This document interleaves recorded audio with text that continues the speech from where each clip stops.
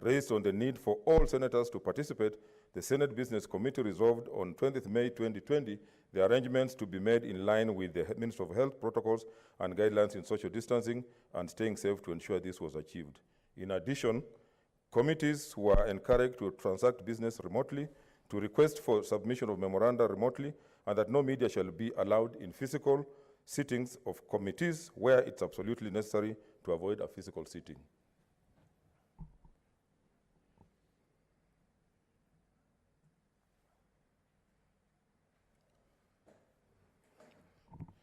Subsequently, the new wing launch of the Parliament restaurant was designated as part of the Senate chamber to accommodate the other 40 senators and parliamentary officers, and attendance of plenary sittings from the Senate chamber was open to all senators on a first-come, first-served basis.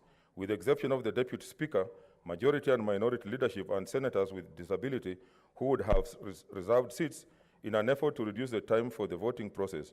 The ruling made on voting on matters concerning counties was thus varied from roll call voting, as stated in the guidelines issued on 17th April 2020, to 1, electronic voting for senators sitting in the main Senate chamber, and 2, manual voting for those sitting in the extended chamber.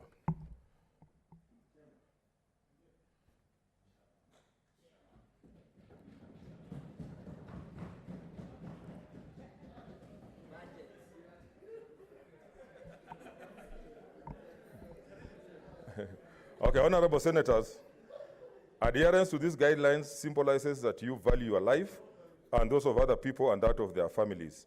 Let us abide by them for our own safety. It is for this reason and for the avoidance of doubt, I direct and reiterate that the health and social distancing protocols as contained in the guidelines issued on 31st March 2020 apply in both the Senate chamber, the new wing restaurant of the Parliament buildings for the plenary sittings, and for all committee meetings. Senators and parliamentary officers are required to strictly adhere to these guidelines, which were purposely developed to contain the spread of COVID-19 in Parliament. Let us ensure that these guidelines are implemented and adhered to by all senators and staff, and it's everyone's responsibility to draw the attention of the Speaker to violations both within and outside the chamber. I thank you. Senator Mutula Kilonzo Jr. Mr. Speaker, thank you for your communication. In view of Standing Order number 40, Mr. Speaker, I'm going to request before you call the next orders that, Mr. Speaker, all of us are anxious about the formula. I plead with you, Mr. Speaker, you arrange the order paper. I've seen the chairman of Finance Committee here, and please, Mr. Speaker, all the order paper and the motion on the formula is to be debated, so that, Mr. Speaker, you give us enough time to ventilate on this issue. Today is one of those days we don't want 5 minutes, 3 minutes, so that, Mr. Speaker, we can speak to this issue with a lot of time before we go home at 6:30. Mr. Speaker, I pray for your direction. Praise, I will see it. Senator Onesimus Murkomen. Mr. Speaker, in line with what Senator Mutula said, there has been something that has been bothering me for some time now, Mr. Speaker, is that when Senate is dealing with very important issues like impeachment, like now division of revenue formula, things that the country would like to know our position, and the record of the House needs to reflect the position of most of the senators, we've always reduced ourselves to 2 minutes, 3 minutes, and 5 people speaking or 6 people speaking. Mr. Speaker, why don't we for once, when we have such a very important debate, take the reasonable time for each one of us to explain themselves? Because some of these things are too sensitive that if you were to be told just to vote, people will never understand what informed you are voting. If I look at parliaments in other countries, in the US, in the UK, people sit down even up to midnight for them to really canvass the issues and for their people to follow those issues. Mr. Speaker, going forward, and I'll request your direction, following what Senator Mutula said, we should change this culture as a Senate, because Parliament by itself is about debate, and create enough time for us to explain ourselves in the issues that we are deciding in this country, and to give future generations a proper record, Mr. Speaker, of what we really thought about certain issues in these chambers. I thank you, Mr. Speaker. Senator Olekina Ledama. Mr. Speaker, sir, I rise to support the sentiments of my two colleagues from both sides of the aisle and really request that today, for once, we focus on our debate so that because everybody in Kenya is watching and he or she, wherever they are waiting to hear what their senators will say. We receive a lot of communication, and I'd like to really second the proposal by the minority whip that we suspend all the other business and we deal with this issue of the formula until the time that we can exhaust it, even if it means spending the night in these chambers today. I thank you. Senator Cherargei Samson. Thank you, Mr. Speaker. I have a contrary view because what we are telling Kenyans is that there are some things that are more important than others in our order paper. Mr. Speaker, the order paper has been designed for a specific reason. What you should do, Speaker, upon your guidance, is to ensure we minimize the discussion based on the items that has been put on order paper. By telling the country that since revenue formula is much more important than petitions or other statements of significance, then, Mr. Speaker, we are lying to the nation. Let us stick to the rules that we have created and the standing orders that we have. The revenue formula will come and go, but there are other more important business that we can discuss. I thank you, Mr. Speaker. Senator Mazayo Stewart.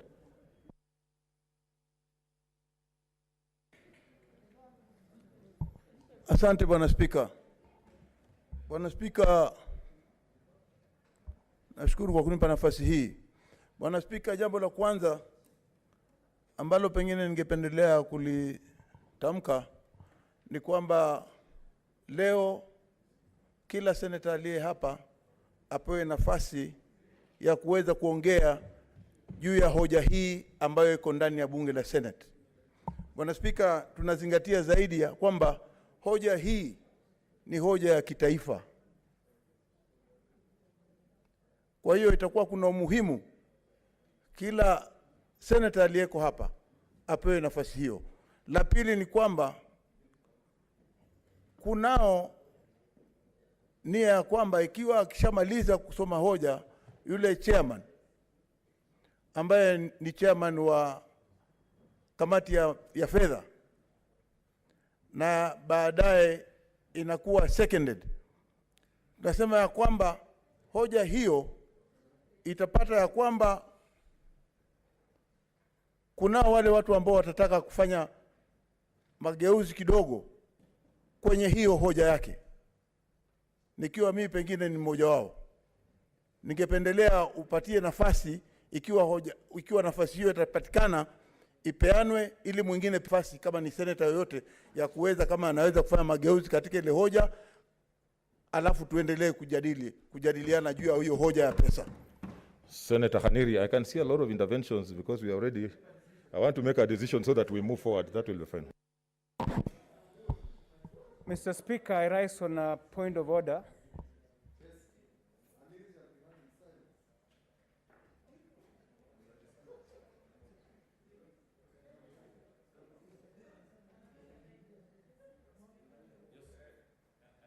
Mr. Speaker, I'll need your response on my point of orders. Therefore, I had to wait for you to finish the consultation. Two issues, Mr. Speaker. The first one is on the communication that you just made on control of the spread of COVID. Are you satisfied that Senator Linturi, Senator Commissioner Cheriot, and Senator Falada are properly seated? That's number one, and we'll need we will need your intervention. The second one, Mr. Speaker, we cannot keep flip-flopping on this matter of the revenue formula. I had seen the order paper, it didn't have the motion, but I'm happy that it is now on the supplementary order paper. But still, Mr. Speaker, on the supplementary order paper, there are two motions, and we will need to get your guidance. And the net effects of these two motions is the same thing. There's the motion by the chairman for the committee on finance, Kibiru, and the motion by Senator Sakaja. These are two motions and they are listed as two different items. How are we going to deal with these two items? Other members, I know we have a very serious matter before us, but just like I did indicate in my communication, honorable senators, COVID-19 is real. And we must, if we want to live even to realize what we want to pass, we must observe the health regulations. So the following senators are sitting in places where they are not designated to sit. Please, I will seek your indulgence so that we read from the same page. Senator Falhada, where is she? Senator Abshiro, Senator Kihika,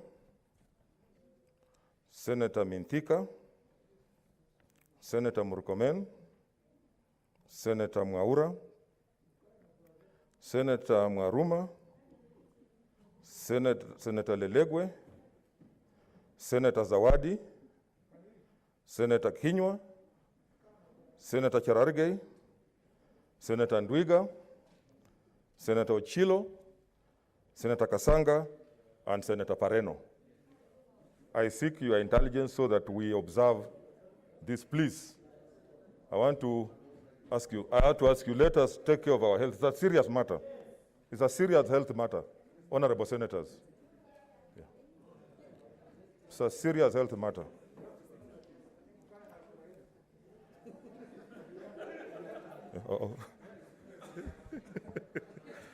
Please, I seek your intelligence.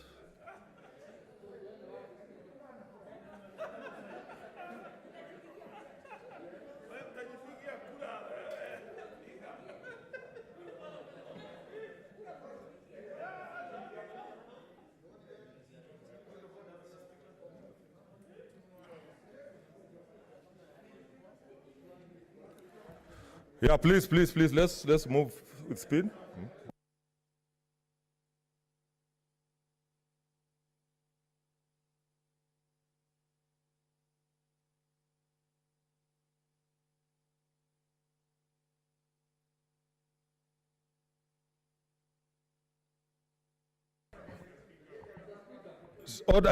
First of all, let's make sure that we have, please, let us observe the health regulations. Senator Linturi, what? I'm on a point of order. You are on? Allow me. A point of order? This is a point of order as I move out. Okay, Senator Linturi.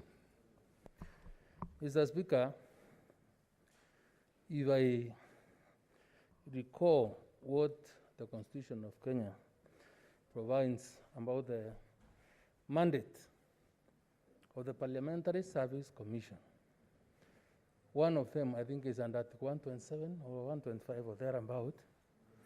127 is for the PSC to look and take care of welfare of members.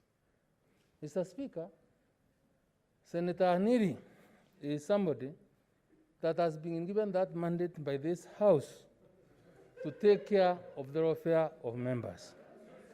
I'm even informed that he's the chairman of the Security and Welfare Committee of the Parliamentary Service Commission. Is it in order, Mr. Speaker, for Ms. Haniri to enjoy sitting at the PSC and raise issues to do with the affairs that touch on his mandate as a member of PSC when he's not giving this House an update on what he is doing to ensure that the new wing is complete, is prepared, so that members can comfortably follow the proceedings and participate in debate? Because that is what our duty is, Mr. Speaker. Is he in order? Okay. Senator Haniri.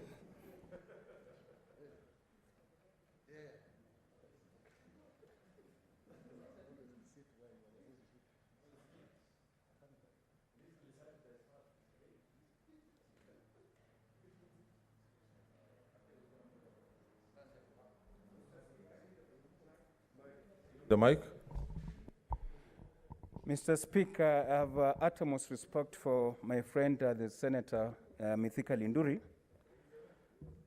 And when I raised the point of order that I raised, Mr. Speaker, I had nothing personal. I'm just concerned because from where I sit, I have the privilege to know what is happening. I know the statistics of what is happening in terms of COVID in this place, and it's a serious matter, Mr. Speaker. So I raise this point of order in very, very good faith that we must observe the rules and regulations that you have put in place. And on the issue that he has raised about providing facilities, that is exactly what we are doing, Mr. Speaker. We have engaged an overdrive gear to make sure that all our projects are completed.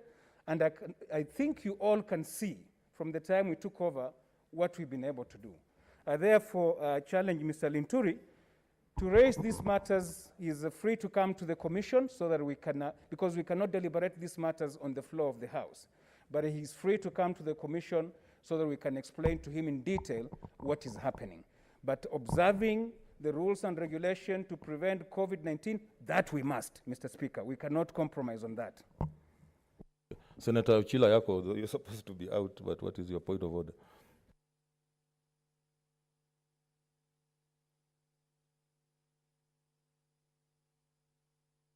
Okay. Yeah, thank you, Mr. Speaker. Mr. Speaker, I am one of the senators that you have mentioned and asked to move to the other chambers. But Mr. Speaker, without appearing to defy your rules, let me just put the records properly. Mr. Speaker, pursuant to your rules, I came to this House in time and inserted my identification card. When I came back, I found it had been moved. So I was here legitimately like any other member, and I found that it had been moved here. But what is important today, I am seconding the report of the committee. I'm the vice chair, and I thank the House for appointing me. So while I am going out, I wanted you to hear me on two things. One, I did not violate the COVID regulations. I was here legitimately. Two, I have been removed, and I think the whispers I have is the Sergeant's Department were involved in this, so they have violated my right of appearing here first. Then three, as I move out there, remember that I'm in the unknown chamber, so call me back immediately so that I can second the report. Thank you, Mr. Speaker. No, I observe that there is a good social distance, so I use my discretion to allow you to stay. So, honorable senators, I think, what's your point of order, Senator Sakaja? Thank you. Mr. Speaker, before you make the final determination on the earlier requests, both by Senator Mutula and Senator Kipchumba, just allow me to draw you to Standing Order 42. It says that business shall be disposed of in the sequence in which it appears in the order paper, or in such other sequence as the Speaker may, for the convenience of the Senate direct. Mr. Speaker, Senator Cherargei was saying that we need to follow our rules. This provision of rearranging order for the convenience of the House is properly provided for in the standing orders, and I just want to appeal to you to accept that plea. Secondly, Mr. Speaker, Parliament, the root word is the same root word of the word parlance, parley. Parliaments are about speaking. Before I came to this House, when I was in the lower house, we used to greatly admire the Senate because of the quality and depth of debate. You know, when I'd see Senator Haji, Senator Hassan from Mombasa, Senator Mutula, you know, you could hear debate that is strong, it is well researched. I want to urge you that today, please let us not limit members to 2 minutes or to 5 minutes, but let's live up to that parley for us to be able to talk. Before, we remember Shikuku would talk for 3 hours, Mr. Speaker. And those parliamentarians of those days, Tomboya, if you go to the Hansard. So, Mr. Speaker, I will just urge you to accept those two requests, that you allow us to speak fully to this matter, and that we immediately go to this, then we can come back to the other statements that we may have. What's your point of order, Senator Kangata?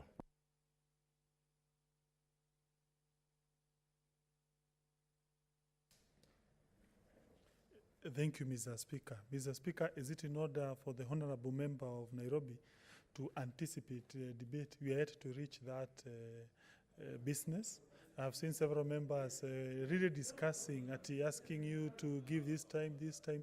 I strongly believe that they need not to go to that direction because we are yet to reach there. Thank you.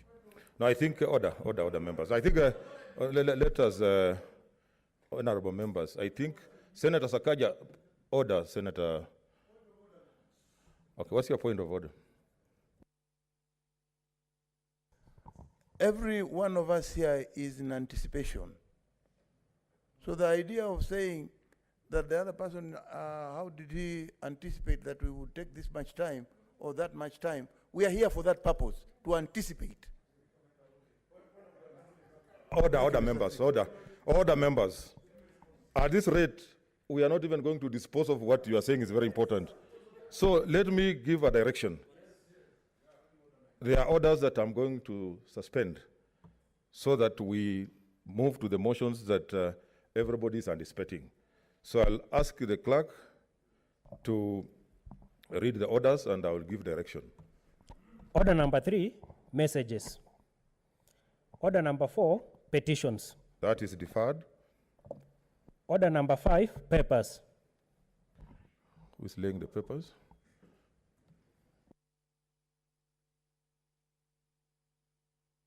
Chairman Agriculture. Chairman Justice. Deferred.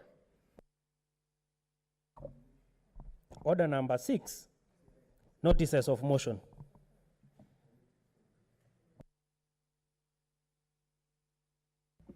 Yeah, okay. Senator Sakaja. Thank you, Mr. Speaker. Mr. Speaker, I beg to give notice of the following motion. Motion: approval of the third basis for revenue allocation among the county governments. That aware that under Article 217 of the Constitution, the Senate by resolution is required to determine the basis for allocation among the counties, the share of national revenue that is annually allocated to the county level of government. Further aware that the Senate is mandated the Senate mandated the Standing Committee on Finance and Budget to consider the recommendations of the Commission on Revenue Allocation and consulted the Cabinet Secretary responsible for finance and the Council of Governors, among others, and subsequently conducted public participation pursuant to Article 118(1)(b) of the Constitution, as documented in the report table in the Senate on Monday, 13th July 2020. Now, therefore, the Senate resolves that pursuant to Article 217(1) of the Constitution, the third basis for sharing revenue among counties for the financial year 2020-2021 to 2024-2025 be as indicated in the order paper. Thank you, Mr. Speaker. Okay, next order. Senator Milgo. Is she here? Is she here? Senator Milgo. Majority Leader.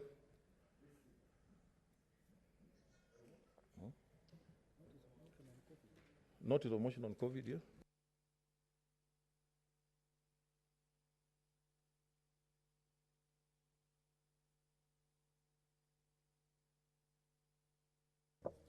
Yeah, Mr. Speaker, sir.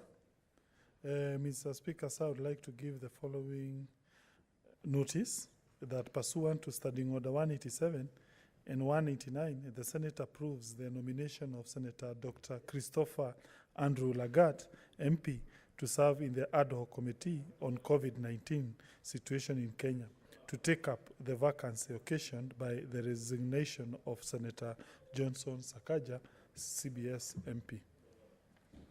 What's your point of order, Senator Wambua?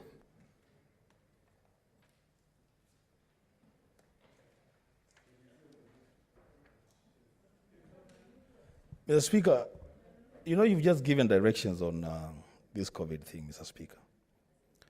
And for the second time, I've seen the majority whip going to the dispatch box and speaking with his mask off.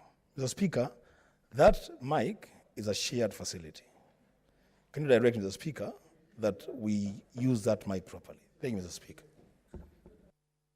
Yeah, I think, honorable senators, we are taking some matters lightly, but whip, let us take this matter seriously, please.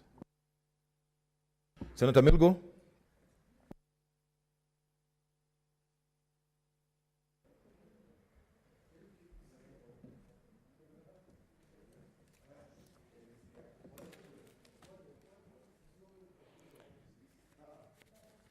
Thank you, Mr. Speaker, sir. I wish to give notice of the following motion. Development of daycare policy in the counties and Department of Basic Education. That aware that Constitution of Kenya, Article 53, affirms that children have basic rights, including the rights to education, nutrition, shelter, health care, and parental care provisions that are aligned with those cited in both the Convention on the Rights of the Child and the Africa Charter on the Rights and Welfare of the Child, to which Kenya is a signatory. Concerned that the current status of daycare facilities in the country are not child-friendly. Senator, order. Senator, put on your mask, please.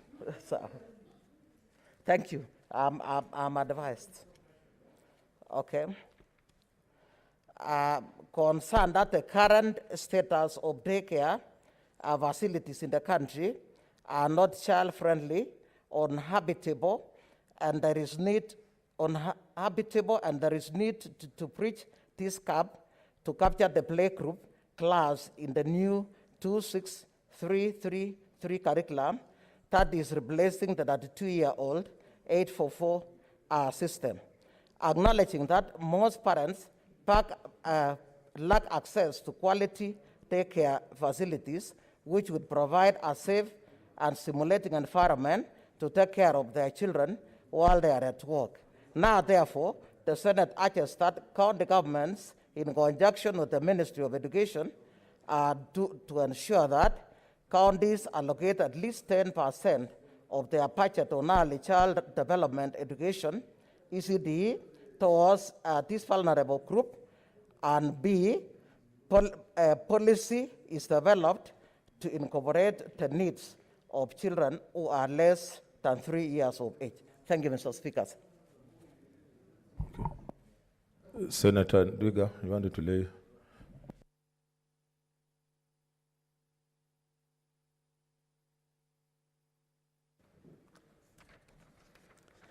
Yeah, Mr. Speaker, sir, I beg to lay on the following paper on the table of the Senate today, Tuesday, 12th May, 2020. A report of the Standing Committee on Agriculture, Livestock and Fisheries on the Livestock and Livestock Products Marketing Board,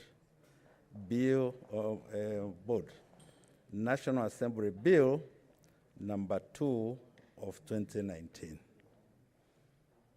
Okay. Next order.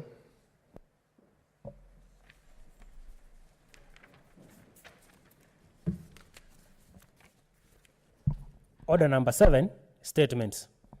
Deferred.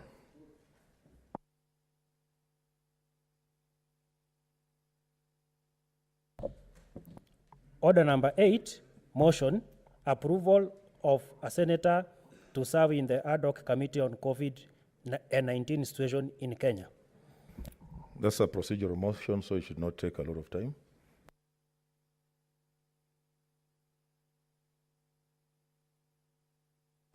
Yeah, Mr. Speaker, sir, I beg to move that I replace the former chairman of the ad hoc committee on COVID, my brother, Mr. Sakaja, who resigned on his own motion, and replace him with Dr. Lagat, senator. And I think that my Senator, we move the motion. Yes, I beg to move the motion. Yeah, I apologize. Mr. Speaker, sir, I beg to move the following motion: that pursuant to Standing Order 187 and 189, the Senate approves the nomination of Senator Dr. Christopher Andrew Lagat, MP, to serve in the ad hoc committee on COVID-19 situation in Kenya, to take up the vacancy occasioned by the resignation of Senator Johnson Sakaja, CBS MP. Mr. Speaker, sir, Senator for Nairobi, Senator Johnson Sakaja, resigned from that committee, and we thought of giving the opportunity to Dr. Andrew Lagat, who is very well educated, very competent, and we strongly believe that he's going to do a good work once he gets into that committee. Mr. Speaker, sir, he will also bring a dimension on the COVID situation in the Rift Valley region, which currently needs good representation in that committee, so that we can enrich the deliberations that will occur in that committee. Mr. Speaker, sir, the former member, that is Mr. Johnson Sakaja, Senator, sorry, I apologize, has done a good job, but we think that it's time now also we give Dr. Langat that opportunity to also serve in that committee. Allow me to call Senator Cheriot to second the motion. Thank you.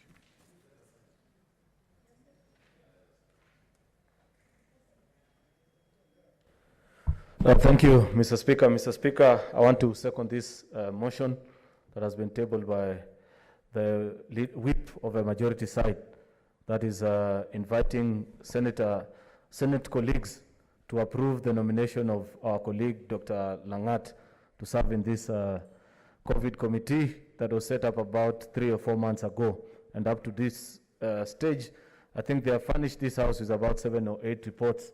The only challenge that I have for Senator Dr. Langat, as he joins this committee with the approval of the House, is that he ensures that actually their reports are actioned and they just don't become reports that fill up and gather dust in the Houses of Parliament. Senate colleagues have requested on many occasions, and this is a request that I had personally made to the chair who has resigned, that can we be furnished with all expenditure that various county governments has used. It is in my best interest as Senator for Kericho to know how much the county government of Kericho up to this particular point has spent in terms of preparation for all COVID-related activities. Because the reports that you're getting, Mr. Speaker, are disheartening, and this is a view that is shared by each of our Senate colleagues. At least that is a list that we could do, because we are a house of oversight. The second and the most important thing, and I raised this last week, Mr. Speaker, while we were debating the issues that were before this House, is that we keep on reading in the newspapers as colleagues in the Senate that County X has this number of isolation beds, this number of ICU beds. Can we be furnished with documents confirming or disputing that report as colleagues here? It is a shame that as senators in this House, we have to rely on newspaper readings to know the amount of preparedness, because some of these facilities you are not able to tell where the county governments have placed them, and it will be important to see the filings that they are giving to the Ministry of the Ministry of Health, so that you counter-check and verify. Otherwise, somebody seated at Afya House may very well read that Bungoma County has 300 isolation beds that have been set up, but it is only Senator Moses Wetangula, when he reads and sees that these beds are stationed in a particular station, that will be able to tell the ministry that this is a fraud. And we know these are things that many of the governors who are in offices can do. Therefore, our colleague, Senator Dr. Langat, I wish you well as you serve in this committee. Bring in the vigor and the energy that you always known to portray. I know him also to be a man of prayer, so I know he will not be tempted or distracted by anything else. He will ensure that he serves to distinction.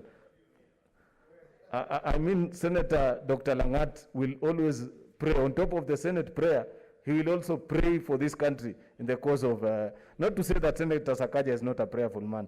He's a Christian like myself. Thank you, Mr. Speaker. I second. Honorable Senators, I propose the question, which is that pursuant to Standing Order 187 and 189, the Senate approves the nomination of Senator Dr. Christopher Andrew Langat, MP, to serve in the ad hoc committee on COVID-19 situation in Kenya, to take up the vacancy occasioned by the resignation of Senator Johnson Sakaja, CBS MP.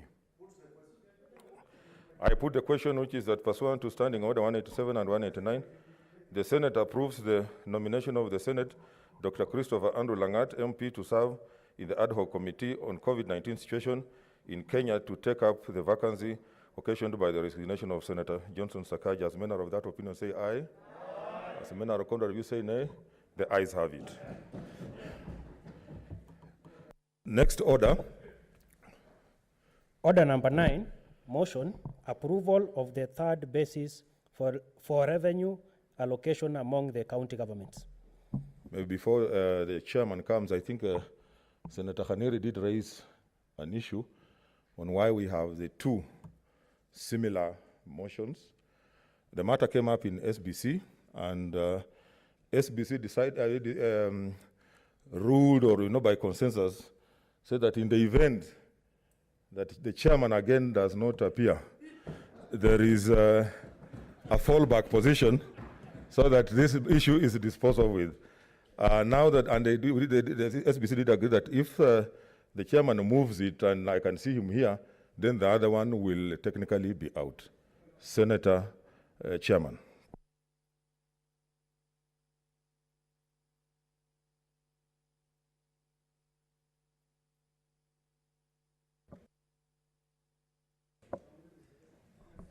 Thank you, Mr. Speaker. As I move the motion, Mr. Speaker, I want to note that indeed the Commission, the Parliamentary Service Commission, is doing well. I can see we have new uniform. We have some new ties that I don't know why I was never given one. But having said that, Mr. Speaker, I beg to move the following motion, that the Senate adopts the report of the Standing Committee on the Finance and Budget of the third among the county governments laid on the table of the Senate on Monday, 30th July 2020, and that pursuant to Article 2017 of the Constitution, approves the proposed basis for revenue allocation among the county governments as contained in the report. Mr. Speaker, I know this is an issue that the whole country is waiting that the Senate do make the approvals so that we can move on and develop the country all to our people. Mr. Speaker, the Constitution, Article 2017(1), really demands that we need to do exactly what the motion seeks to do, and that is to determine the basis for the allocation of revenue among the counties. Mr. Speaker, the first parliament, the 10th parliament in November 2012, did determine the revenue sharing formula for 2013, 2014, 2014, 2015, 2015, 2016, 2016, 2017. While the 11th Parliament in 2016 determined the revenue for 2017, 2018, 2018, 2019, and 2019, 2020. And the two have been in existence, Mr. Speaker. This motion seeks now to request the Senate to determine the sharing formula for the years 2020, 2021 to years 2024, 2025. Mr. Speaker, as it were, Article 2016(1), the Constitution provides the principal function of proposing the revenue sharing formula to CRA. And Mr. Speaker, the CRA, or the Commission of Revenue Allocation, did table a report or a proposal to the Senate on 30th April 2019. Mr. Speaker, further, Article 217(2) provides that in determining the basis of revenue sharing, the Senate shall take the criteria in Article 201(1) into account, request and consider recommendations from the Commission on Revenue Allocation, consult the county governors, the cabinet secretary responsible for finance and organization of county governments, And finally, and the fourth, invite the public, including professional bodies, to make submission to it on the matter. Pursuant to this provision, Mr. Speaker, the committee, in considering the third basis, requests for equitable sharing among the invited a number of stakeholders. Mr. Speaker, we had the Commission of Revenue Allocation, Council of Governors, the National Treasury, county governments, Institute of Certified Public Accountants, that is ISPAC, International Budget Partnership, IB, Kenyan chapter, the Institute of Social Accountability, TISA, and the general public who are invited to give their views on the basis for the revenue sharing. Indeed, Mr. Speaker, once again, some of us and some members, some senators and their counties also did, county assemblies did submit the memorandum. I, for one, I did, and I think one other senator. Mr. Speaker, over the period, we have held a Kamukoji to deliberate on these issues, Mr. Speaker. Now, Mr. Speaker, like in sharing all the revenues and resources, a number of issues were considered and are to be considered. And one of the issues that, Mr. Speaker, we considered as a committee are the parameters that had been proposed by the Commission of Revenue Allocation and which were given different weights. The parameters include health, agriculture, urban services, roads, and the parameter on other county services. Mr. Speaker, if you allow, I will just try to mention a few, to cut a close, not because I know senators will be debating on these issues. And Mr. Speaker, there has been a lot of consultation where senators, we were invited at Kempiske. We went there, and the CRA commission, the commission did take us through the processes that we were undertaking in arriving in some of these parameters. At the same time, we were called at Bomas of Kenya, and we were also taken through how they arrived at some of these parameters and how they went through the econometrics through the econometrics and the statistics of trying to give weight to ensure there is both equity and equitable distribution of the scarce resources. Mr. Speaker, the first parameter that the Commission of Revenue did propose and that we adopted as a committee is, and we gave it a weight of 20%, is the parameter of health. Mr. Speaker, this is a devolved function, and like we all agree, it is one of the very thorny issues that is facing our counties. Mr. Speaker, we have seen strikes, we have seen deplorable situations in our counties because of the health issues. Mr. Speaker, they say a healthy nation is a wealthy nation. So we want to make the counties more sustainable as a Senate when it comes to issues of health.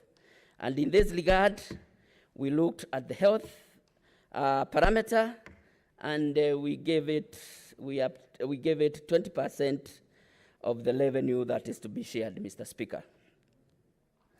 And we had 20% be based on health facility gap, 60% based on 3 years average number of primary care health visits, levels 2 and 3 health facilities. Those are the lower levels of facilities, the health centers, and the clinics.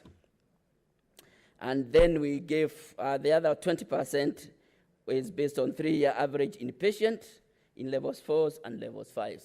Mr. Speaker, we don't need to overemphasize that even given these issues of COVID-19, we have seen counties that are even unable to be able to provide the 300 beds that are required. So it was important, Mr. Speaker, for us to look at that parameter and be able to agree with the CRA, but improve on it, that it is an important parameter. Mr. Speaker, the other parameter is agriculture, which is also a devolved function. And what we did on it is we agreed that when it comes to agriculture, it involves all spectrum of issues to do with agriculture. May it be fishing, may it be cattle or animal husbandry, talk about sugar farming, rice farming, all that, Mr. Speaker. And what we did was to looking at the protocols that govern, international protocols that govern some of the issues that we look at, is that we gave it 12% as a weight.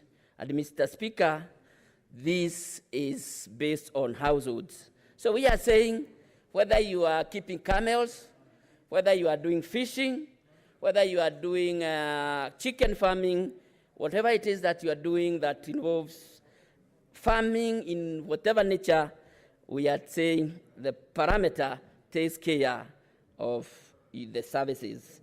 And more so, Mr. Speaker, especially for the extension services. Mr. Speaker, the other parameter is other services.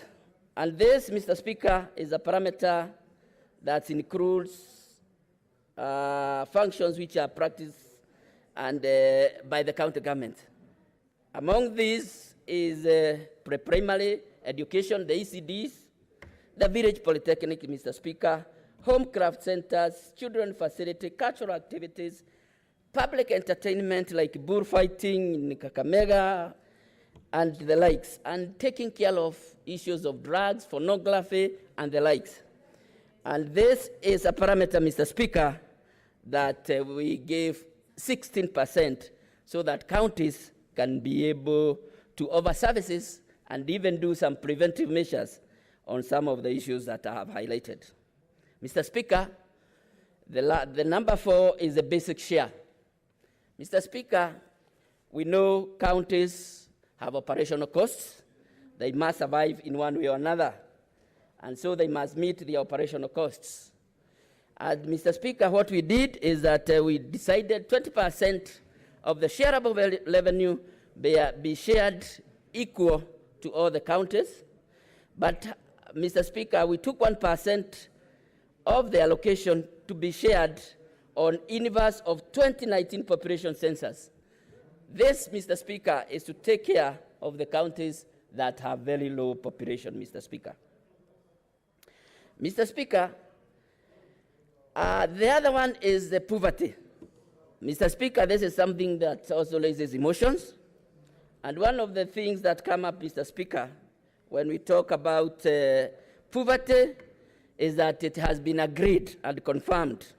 And the Kenya Integrated Household Budget Survey of 2015-2016 did provide data on how and the numbers that we are saying are below poverty level, or the so-called the poor. Mr. Speaker, on that parameter, we gave it 14%, and the sharing was based on parameters for developmental needs, economic disparities, among other. Mr. Speaker, we all know when it comes to poverty, we could be saying that the poorest parts of maybe, let's say, Makueni, for that matter, there could be some poor people, but at the same time, Mr. Speaker, we have the urban poor. The urban poor could even be poorer than the Let's consult in low tones. poor people who are in the rural areas, Mr. Let's Speaker. consult in low tones. And what comes up is that the parameter and using the data that was given was able to distribute the 14%, taking care of the inequalities of the urban poor, so that we don't continue marginalizing the urban poor with the guys that we have the poorest in the rural areas, Mr. Speaker. Let me interrupt you. Honorable Senators, I'm giving directives that must be followed. This is a house of order. The following senators, you are sitting in places that are not designated. Senator Omanga, Senator Lokorio, Senator Wamatangi and Senator Nyamunga, please.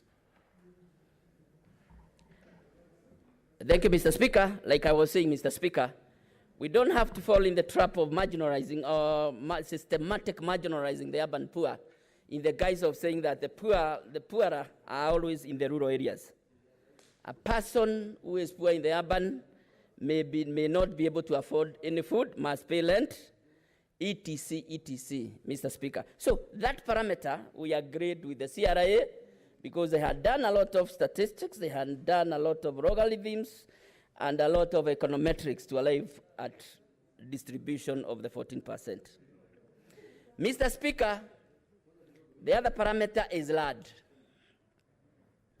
And Mr. Speaker, this has been also been contentious, even in when we try to talk to our colleagues and in the Kamukoji. And Mr. Speaker, we need to agree that when we talk about LAD, and this also came out very well through CRA, is that we are talking about the cost of service delivery, Mr. Speaker. And the cost of delivery, Mr. Speaker, is a question of looking at how do we offer services, regardless of the type or the shape of a county. Arguments have been put forward, Mr. Speaker, that probably you cannot be able to create a radius or to create a radius of a irregular shape, Mr. Speaker. We want to dispel the myth. As long as you have the area of the shape that you want to take, you can be able to calculate the radius, Mr. Speaker. Mr. Speaker, what we are saying in attributing this parameter is that how much does it cost you from moving from point to A to B to other services? If an extension officer or a surgeon is moving from point A to B, what is the distance? Instead of using square kilometers, we are saying what distance does that person travel so that they can be able to offer those services? And that's all we are saying about that issue of LAD. Mr. Speaker, the other one is urban service. Mr. Speaker, the urban service, we give it 4%. We are aware, Mr. Speaker, that through other means and through other donor funding, there is quite concentration on helping the urban centers. And we believe, and a good example is Nairobi Metropolitan Services, where the national government has come in and can always come in to chip in and help the urban areas. So we decided to give the urban 4%. Mr. Speaker, the roads is number 8 as a parameter, and the measure should be rural access index. And this is information that was given by the Laws Board, published in 2018. Mr. Speaker, for purposes of this, we actually used, as it were, and the tender that had been given in 2018, we haven't even updated it to 2019, Mr. Speaker, so that we can still stabilize the issues of sharing. Mr. Speaker, last but not least is the physical effort, Mr. Speaker, where we are trying to encourage counties, Mr. Speaker, to be able to generate and to increase the generated revenue, Mr. Speaker. And we give it 1%. Mr. Speaker, last as a parameter. Social distancing, honorable senators. Honorable senators. Honorable senators. Senator Khaniri, social distancing, please. Yeah, Mr. Speaker, protect me because the way they are breathing, I'm getting scared. There is vapor coming around, and I'm getting scared, especially from the ladies' lounge. Mr. Speaker, the physical prudence, Mr. Speaker, is the last parameter, and this is to give incentives to counties so that they can take issues of audit a bit seriously. Mr. Speaker, issues of audits, issues of governance, and the issues of optimization of resources by way of value for money and performance audit are issues that need to be addressed, Mr. Speaker. And so on that one, we gave it 1%. And if you get unqualified opinion, you get money. If you establish county budget and economic forum, you get some money. That % of actual counted expenditure on development. Mr. Speaker, the law is very clear that that % of the money is going to counties need to be brought back for development, Mr. Speaker. Establishment of internal audit, Mr. Speaker, is Mr. Speaker, another consideration when we looked at the physical, when we looked at the prudence effort, parameter. Mr. Speaker, the committee is cognizant of the prevailing circumstances and impact caused by COVID-19 pandemic on the county government. Secondly, the committee knows the need to take into account the provisions of Article 2031K of the Constitution, which provides that in considering the basis for revenue sharing, there is need for flexibility in responding to emergencies and other temporary needs based on similar objective criteria. The committee acknowledges that the financial year in which the third basis of revenue sharing is set to commence is already ongoing. Thus, the committee recommends to the House that the third basis be approved, but its application be commenced from the financial year 2021-2022. This recommendation of the committee on the third basis for sharing revenue allocated to the county government level pursuant to Article 218 of the Constitution. Mr. Speaker, as I conclude and as I seek support from the senators, I think, Mr. Speaker, we have had debates of gains and losses, Mr. Speaker. But I think as a Senate, we are also losing it.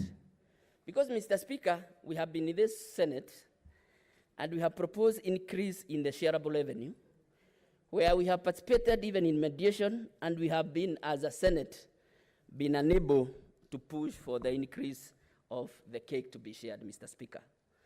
So, Mr. Speaker, we need to shift our gear from saying who gets what and who gets what, who loses what.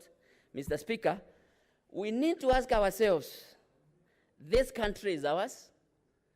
We need to agree that this country is ours and ask ourselves, as a Senate, as legislators, instead of, because even tomorrow or whatever, and Mr. Speaker, we have tried a lot of simulations, over 20 simulations, Mr. Speaker, and that the committee, even before some of us joined, had 1 year. They could not even, of course, even agree on any one formula to table in this Senate. We took we took it on ourselves, and we decided as a new committee, Mr. Speaker, something to the Senate to deliberate on. So, Mr. Speaker, I want to ask my fellow colleagues and senators, the distinguished senators, to try and shift. Maybe we would say, let's have a paradigm shift on how we look at some of these emotional issues and ask ourselves, is it the duty of the Senate to ensure that the cake to be shared is increased? The answer is yes, Mr. Speaker. So as much as we argue or whatever it is that we do, we must force the vertical sharing of revenue to ensure that resources fall functions. So that if a function is devolved, let's say for instance, health, it is the duty of the Senate as legislators, as elected people, to ensure that money for the devolved function actually goes to the devolved functions. So, Mr. Speaker, I would be urging my fellow senators to come up and support the formula, and then we move forward and say, moving forward, this is the minimum that we can never take to be taken to the counties. And Mr. Speaker, from where we sit as a committee, and the minimum that should ever be taken to the counties should never be less than 350 billion, Mr. Speaker. Mr. Speaker, the other we also need to ask ourselves is that prior to the devolution, county councils, including the city of Nairobi, used to meet its obligations. they used to pay salaries, they used to do tarmac, they used to collect garbage, and they used to collect a lot of money. Indeed, Mr. Speaker, a county like Murang'a is said that it was so rich in terms of revenue generation that at one point in time it threatened to loan money to Tanzania. So what happened? Now that we are getting money and we still don't have enough money to offer services. Mr. Speaker, my proposal and the proposal that we would be putting on the table is that let us encourage the county governments to put up their socks in terms of internally generated revenue. Mr. Speaker, the CRA and other bodies have tried to carry out a survey of the potential that these counties have. And they looked at 6 parameters, that is property rates, business permit, building permits, outdoor advertising, liquor licenses. Mr. Speaker, if Nairobi, for instance, only can be able to match that, it will collect over 80 billion. If all the counties who are collecting less than 20% in those parameters were able to put up their socks and just get 60%, would have almost 300 billion generated by the counties, Mr. Speaker. Finally, Mr. Speaker, we need counties to be innovative. We need counties to trade with each other. We need counties to identify their comparative advantage and be able to say, we as County X, we are good in producing this, and we can be able to trade with Block X of counties, Mr. Speaker. Mr. Speaker, finally, innovation includes establishing disease-free zones for goats and cattle that can be exported. Statistically, Mr. Speaker, Somaliland currently is exporting over 3 million goats to Saudi Arabia, and with all their problems, Mr. Speaker. So all that I'm saying is, Mr. Speaker, we need to be innovative and be able to generate more money, be able to negotiate and legislate for more increased revenue, and also, Mr. Speaker, be able to pass the Equalization Fund bill, Mr. Speaker. With those few remarks, or many remarks, Mr. Speaker, I do move the motion and ask the distinguished senator for Migori to speak up. Thank you, Mr. Speaker. Mr. Speaker, I am happy to second this motion. And Mr. Speaker, I want to say that my committee that is chaired by Senator Kibiru is a committee that took over this matter when this kind of standoff, this kind of pulling apart had already gained root in committee. That's why it was not possible for the committee that we took over from to deliver a report based on consensus for the period that they were in office, about 1 year. Mr. Speaker, I do not wish to repeat the details contained in the report that my chair has read, because that will be repetitive and it will be of no use. I also want to underscore the fact that this report has been with members for some time, so members are fairly familiar with its content, with its details, and with the resolutions that we made as a committee. Now, Mr. Speaker, I just want to say a few things that I hope members will take into consideration when they are making a decision on this matter. Mr. Speaker, what people think is the greatest Senate in the world is found in the United States of America. Those who study history, politics, and law will remember the story of the senatorial saucer. This story is about some discussion between the first president of the US, George Washington, and the third president, Thomas Jefferson, in 1872. Those two fellas said that the need to have two chambers is premised upon the fact that one chamber initiates legislation that is extremely hot as the formula we are discussing here. Another chamber, just like the saucer, is the one which cools it, is the one which moderates it, so that the public can consume a cool and sweet legislation. So, Mr. Speaker, as a Senate, we find ourselves in a very unique position. We must cool emotions in this nation. We must cool every feeling that would divide us. So we find ourselves in what the US found itself in 1872 of establishing two chambers, and one chamber, specifically the Senate, is supposed to be cool, it is supposed to be moderate, it's supposed to unify people. Mr. Speaker, that is against the background of diversity and leadership. This Senate is so diverse in terms of representation, economic situation. Mandera is quite different to the one that is obtaining in Nairobi. It's so different from the one that is obtaining in Migori and in any other place. So, Mr. Speaker, what is key is to try to come up with the spirit that would capture the diverse feelings that we have as a nation.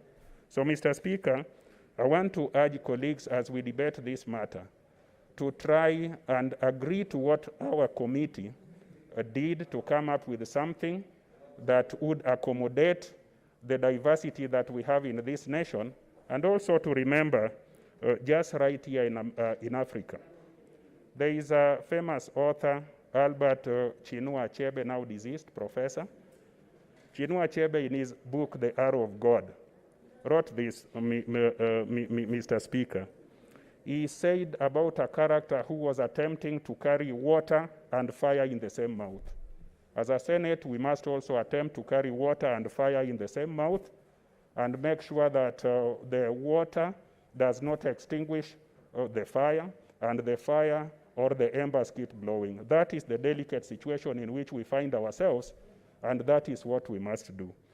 So, Mr. Speaker, the transition arrangement here is an attempt at making sure that as we vote and pass the formula that has been the subject matter of discourse in this House, we all have a way of ensuring that there is no shock, that there is no suffering, and that there is no loss, and we are able to move together as a nation. Life is based on optimism. We must be optimistic as a nation that the economy will roar again, it will grow, and as long as we keep on praying to God and hoping that progress will be made, some more money will come to this nation, some more money will come to counties, and when this formula is applied, that more money will soften and will heal those who may feel hurt if it is implemented immediately. So on the basis of hope for this nation, on the basis of expectation that there will be growth, and on the basis of understanding that we represent diversity, yet we need to progress, Mr. Speaker, I believe the report of the committee is a good report, and I believe that all members of goodwill, in the spirit of negotiations and compromise, should support the report, and if there is need to improve it, but the spirit of negotiations and compromise should be part and parcel of the proposed improvement. The spirit of coming or working together as diversity should be part of the improvement that may be suggested. So, Mr. Speaker, knowing that members really want to speak to this subject matter, and knowing that members want to say something, I want to conclude by saying, as you think of your county alone, think of other counties also. If we were to ask members to come up with the best formula that they think of, each member, including the member for Migori, has a formula. But I have to give away certain things and also accept certain suggestions from different quarters. So in that spirit, and in the spirit that the chair, Charles Kibiru, has moved it, and in the spirit that I have proposed, I wish to second the motion that is urging the House to adopt this report, and I yield, Mr. Speaker. Thank you very much, Mr. Speaker. Honorable Senators, Order Senator Ongeri.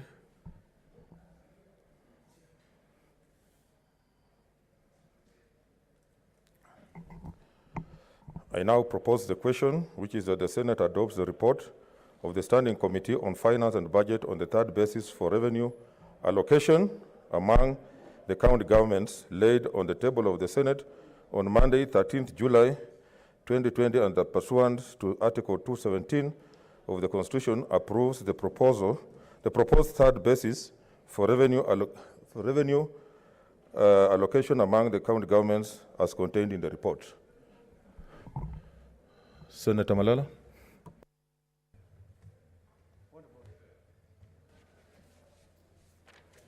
Senator Malala. Thank you, Mr. Speaker. Mr. Speaker, I rise pursuant to Standing Order number 105. Mr. Speaker, the matter before Senate this afternoon is a very serious matter. It's a matter that is very emotive, and the whole country is waiting to see how Senate is going to determine and bring to a close this matter. Mr. Speaker, it is in that spirit that we received the order paper, and on the order paper we had this more with the amendments by Senator Sakaja. But as we were walking into this house, Mr. Speaker, we have seen a further amendment or a proposed amendment by Senator Irungu Kangata. Wear your mask, Senator Malala. Yeah, thank you. Mr. Speaker, it is with that reason that honorable members feel that they have not thoroughly gone through the amendment as proposed by the Chief Whip, Senator Irungu Kangata, and therefore request that under Standing Order 105, that we adjourn the debate for 20 minutes for consultation, and then we come back when we have read deeply the contents of the amendment as moved by Senator Irungu Kangata. So, Mr. Speaker, I wish to move that the debate be now adjourned for 20 minutes and call upon Senator Irungu Kangata to second.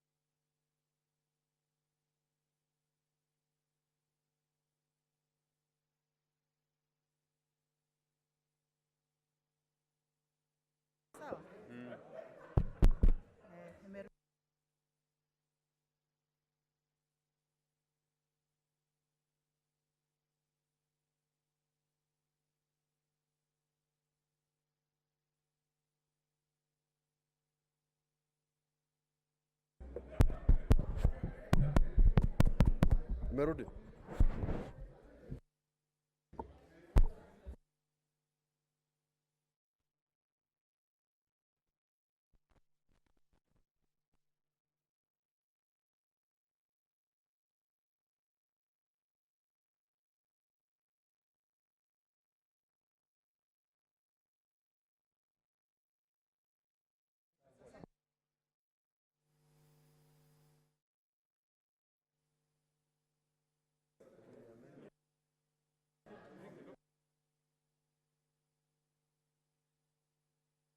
hata shindwa na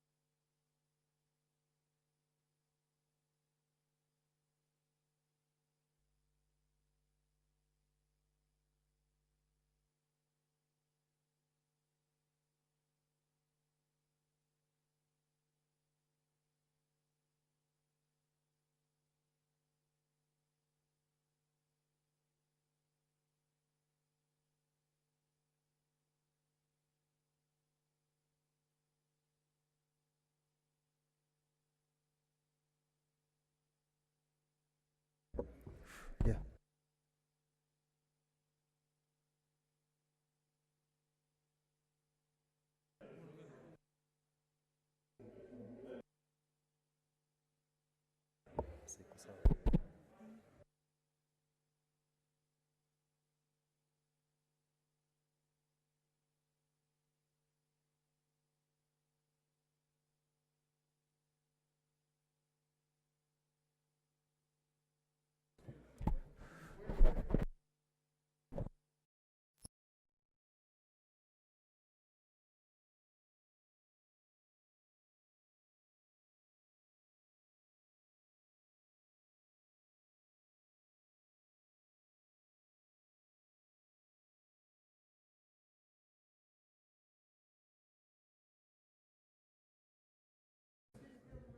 Sie unmute. Flawless. The fourth.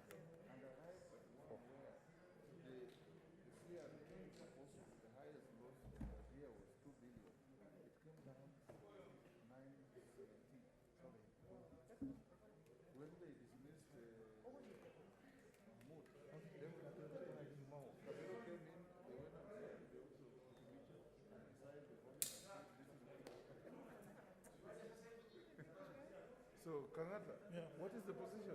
You guys have said you adjourned for negotiation.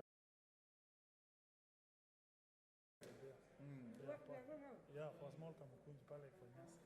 And we keep social distance. Yeah. You can move very far from me and I move very far from you.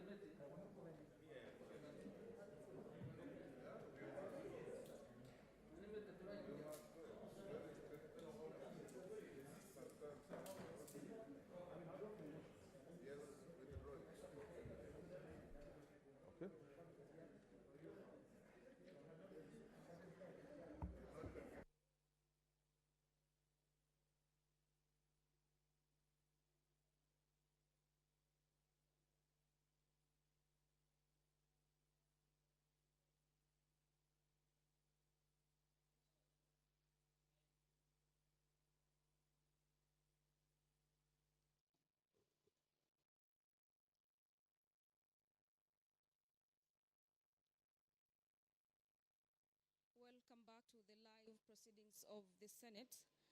This following the Senate having taken a short break after Muranga Senator Ngata moved an amendment that they proposed that basis for allocation of revenue among counties for the financial year 2020-2021 and 2024/2025 should instead commence in the financial year 2022/2023.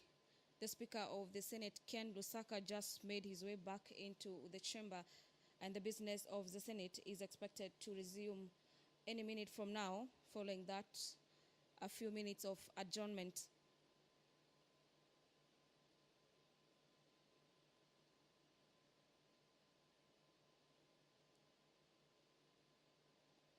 On the recommendation for that basis of revenue sharing formula by the committee led by Senator Charles Kiberu. According to the committee, the framework for that basis has 4 objectives, namely to enhance service delivery, the promotion of balanced development,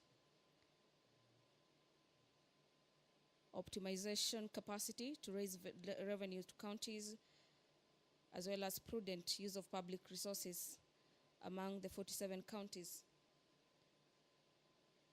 The objectives, according to the committee, will be realized through transfer framework that provides for the components, 3 of them, one of them being service delivery, balanced development, and incentive.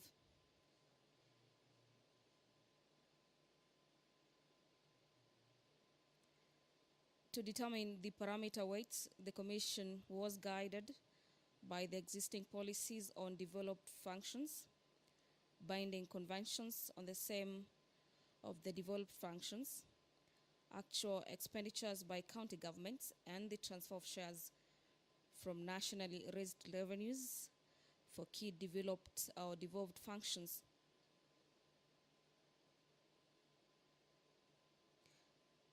To enhance equitable service delivery, the committee was guided by Article 203, subsection D, which provides that the criteria for determining equitable share among the county government takes into account the need to ensure that county governments are able to perform functions assigned to them by the 4th schedule.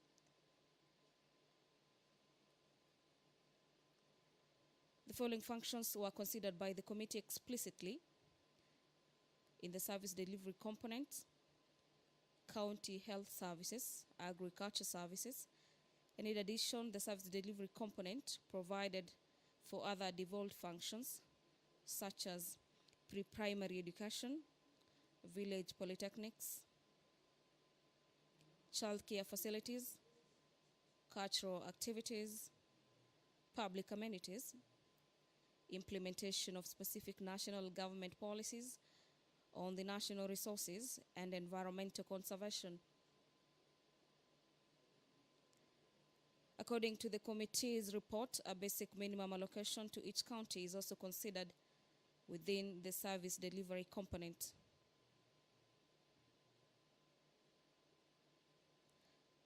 Under Index 1 on health services, 3 measures were used to determine health expenditure needs of counties.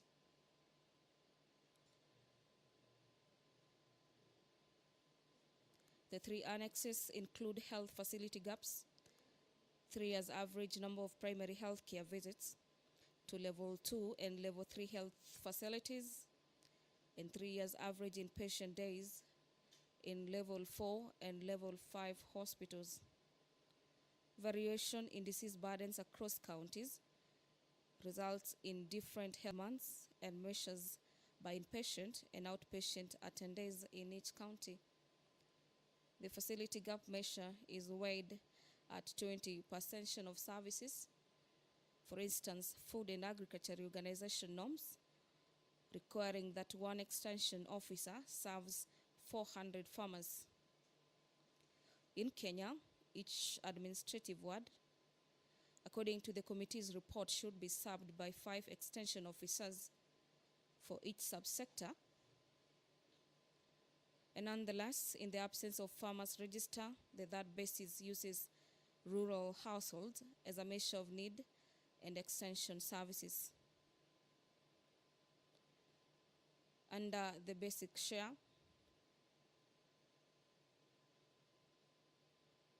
the committee's report indicates that the basic share allocation guarantees that all counties should have a minimum allocation to establish administrative structures and coordinate participation of communities in the county planning and the government at local level.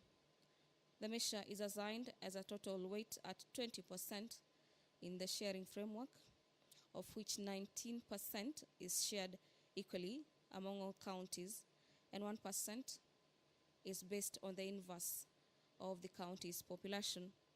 In total, the revenue sharing framework allocates 65% of the county equitable share for enhancing service delivery.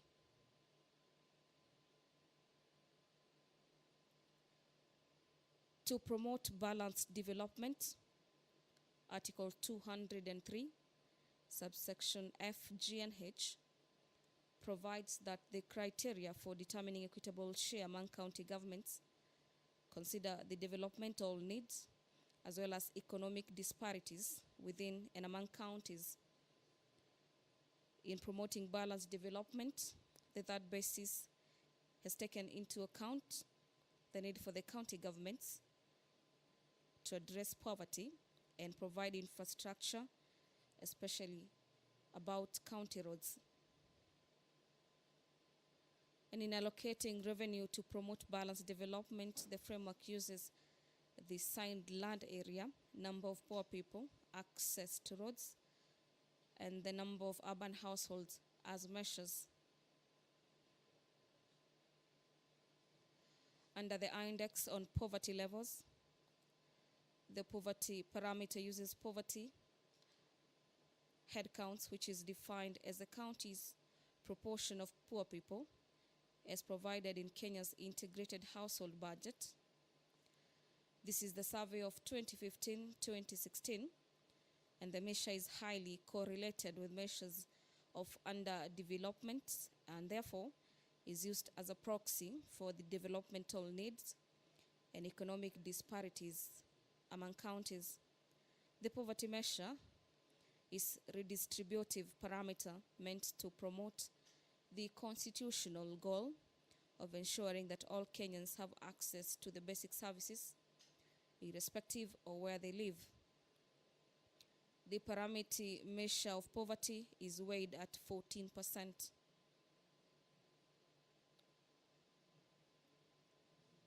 In the category of urban services, the urban services measure is defined by a county population of urban households provided in the 2009 KPHC report. Counties are responsible for the provision of urban-based services, among them solid waste management, control of air pollution, noise pollution, public nuisance, and outdoor advertising. According to the committee report, county governments are also responsible for the county public works and services, such as stormwater management. And the committee report further says that urban services needs household-based county's proportion of urban households, considering as a measure of expenditure needs. The urban services parameter is weighed at 5%. On the issue of infrastructure, the report indicates that the county governments are responsible for the construction as well as maintenance of county roads. Trunk roads have been assigned in the fourth schedule of the national government. The committee report defines the county rural index as the proportion of the county's population who have the access to the motorable roads within 2 kilometers based on data from the Kenya Roads Board for the 2017. In aggregate, the development component shares 31% of the county equitable share among the 47 counties.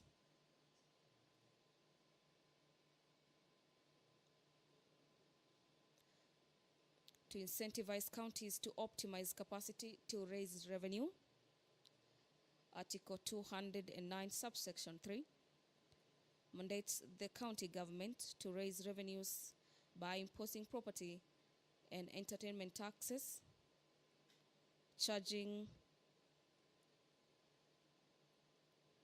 fees for the service rendered, and in determining the criteria for revenue sharing, Article 203, subsection 1, further provides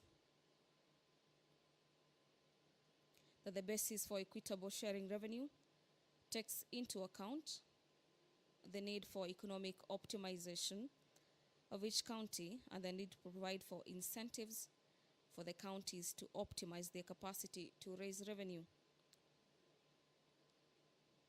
The gross county product, indicated in the report as GCP, measures the size as well as the structure of the county's economic activity and the changes taking place within a county. According to the committee, this therefore provides for a better proxy to estimate a county's revenue potential. The fiscal report measure is defined as a ratio of counties' actual OSR to GCP based on data of the Control of Budget as well as the Kenya National Bureau of Statistics, respectively. The fiscal report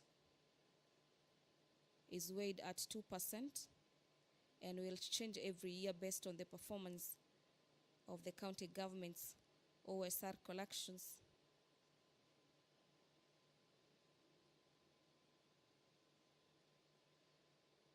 To incentivize prudent use of public resources, the 2010 Constitution requires that county governments exercise prudence. Article 216, subsection 3C, requires that the Commission's recommendation encourage fiscal responsibility. Article 174, subsection A, C, D, and I provides for transparent and accountable government and governance, while Articles 201, subsection D and A requires that county governments ensure prudent and responsible use of public finances. Overall, Article 229 mandates the Auditor General to conduct an independent audit of the report on the accounts of the public entities to ensure public funds are applied lawfully, in an effective way. According to the committee's report, a total of 4% is allocated to the counties as an incentive to optimize capacity, to raise revenue and utilize resources prudently.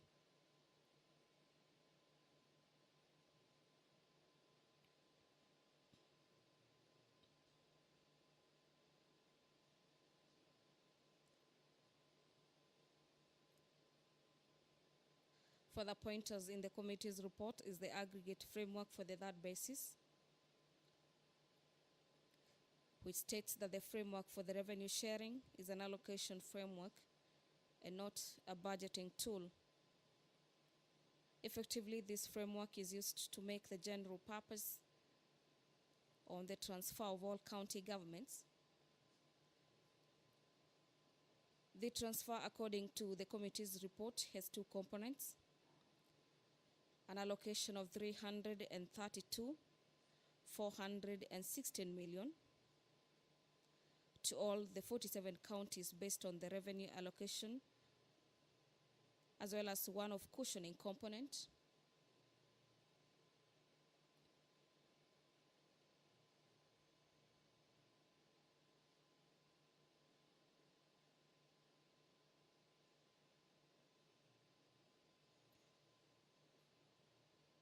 The Commission is cognizant of the fact that the sharing formula and the framework should not be destabilizing functionality of the county governments.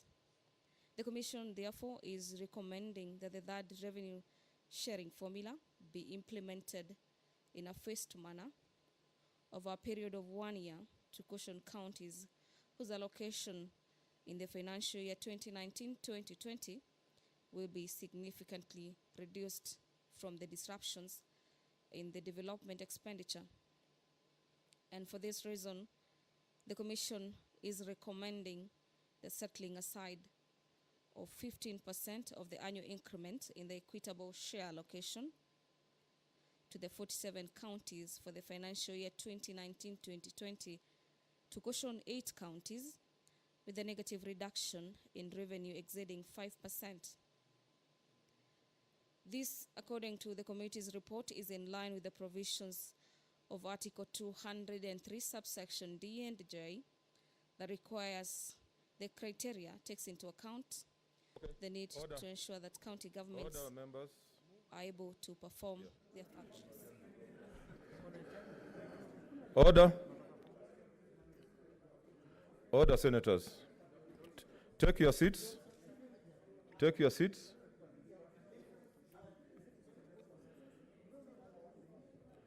Take your seats. Okay, order.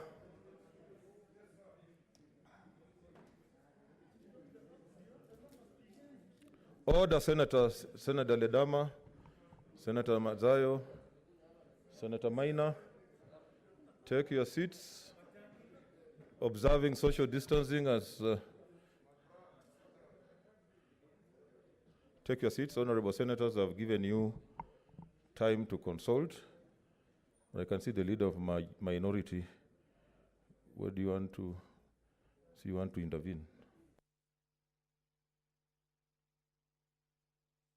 Mr. Speaker, if I may be allowed, I want to stand under, I am standing, sorry, under standing order number 105. And I move that the debate be now adjourned. Now, Mr. Speaker, this matter, at least reporting positively, because I've had the discussions which have been going on between us informally, at least there's some consensus which is developing. And that consensus, the way I understand it, is that no senator wishes to see any county losing any money. I think generally there's consensus on that issue. But, Mr. Speaker, we still do not have sufficient consensus. Conditions that will fully constitute the basis upon which, under the Constitution, revenue will be allocated. Mr. Speaker, normally a debate about resources is very divisive.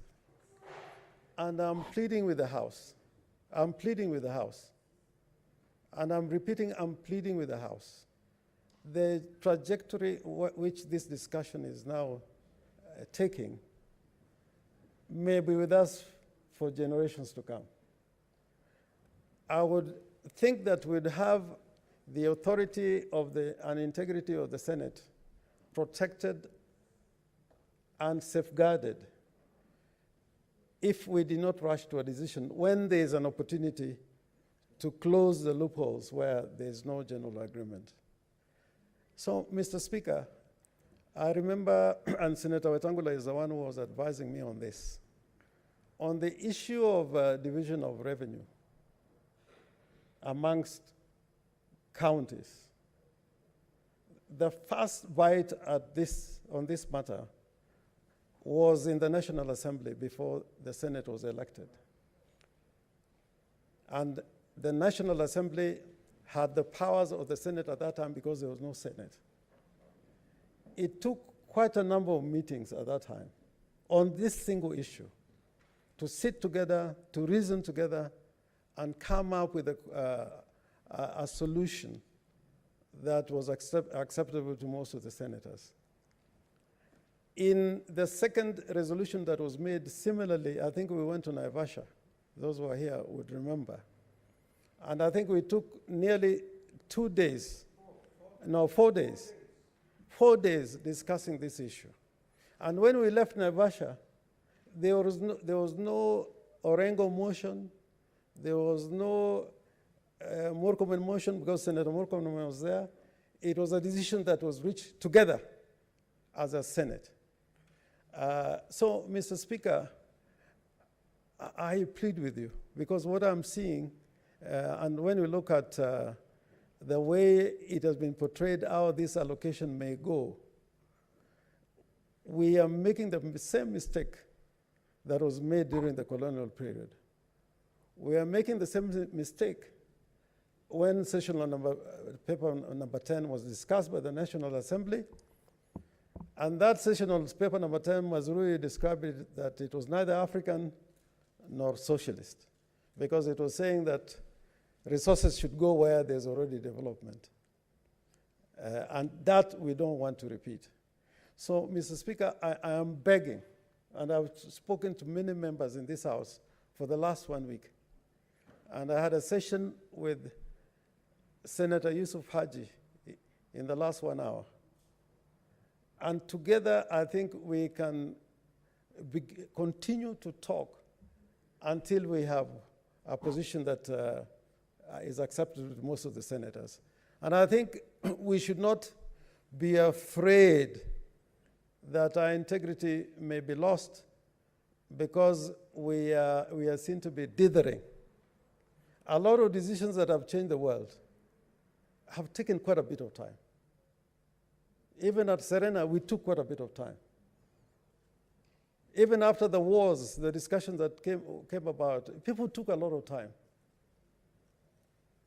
So when some people are saying that our integrity will be undermined, and as soon as we make a decision, the debate will be out there, that people disagreed along these lines, I think that is not the right thing to do.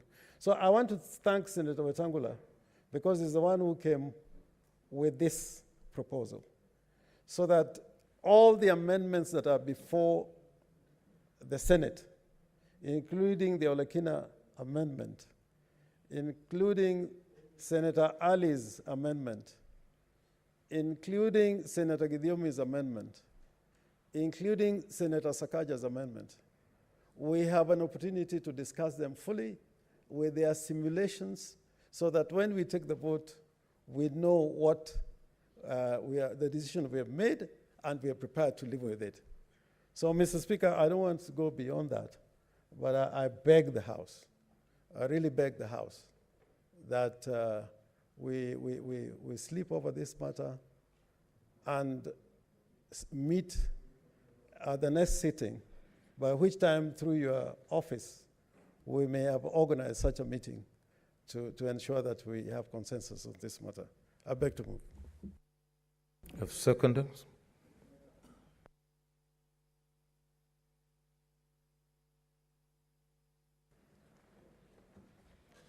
Thank you, Mr. Speaker. Mr. Speaker, in looking for, I beg to second this adjournment motion. Mr. Speaker, in looking for consensus, one must be ready to take a very painstaking process. Mr. Speaker, this week, tomorrow, we are barring one of the most skillful negotiators for peace in this region, President Mkapa of Tanzania. I do recall, Mr. Speaker, we went to discuss in Dar es Salaam about peace in Burundi with the late President Nkurunziza, who was then a rebel fighting to take government. And we sat with President Mkapa, Mr. Speaker, for 72 hours continuously. 72 hours. Negotiating to find a consensus. And at one point, I remember us taking over 12 hours to reach a consensus on just one small thing. I always tell my brother, the distinguished senator from Mandera, we sat in Safari Park with President Museveni to negotiate about Somalia. And some Somali delegate, a man said something that infuriated a woman in the room. And she stood up and hit him so hard. He fell on the floor and someone stood up and said, Isideji, Isideji, Isideji. Isideji has now become part of my vocabulary. Mr. Speaker, I want to urge this House that, as Senator Orengo has said, and I believe the majority leader has no difficulty with this, that we can hold this session and have a quick vote. And the majority will have their way. The minority will have had their say. But we are going to create some very serious polarities in the country. I want to urge, Mr. Speaker, that this House, our most important constitutional function is division of revenue. In 1963, Mr. Speaker, the late President Moi, Masinde Muliro, and Ronald Ngala spent their energy crisscrossing this country to tell Kenyans that equity must be the cornerstone of the management of our affairs of the country. Eventually, Kano, that had the majority, saw the sense in what those three great men were saying.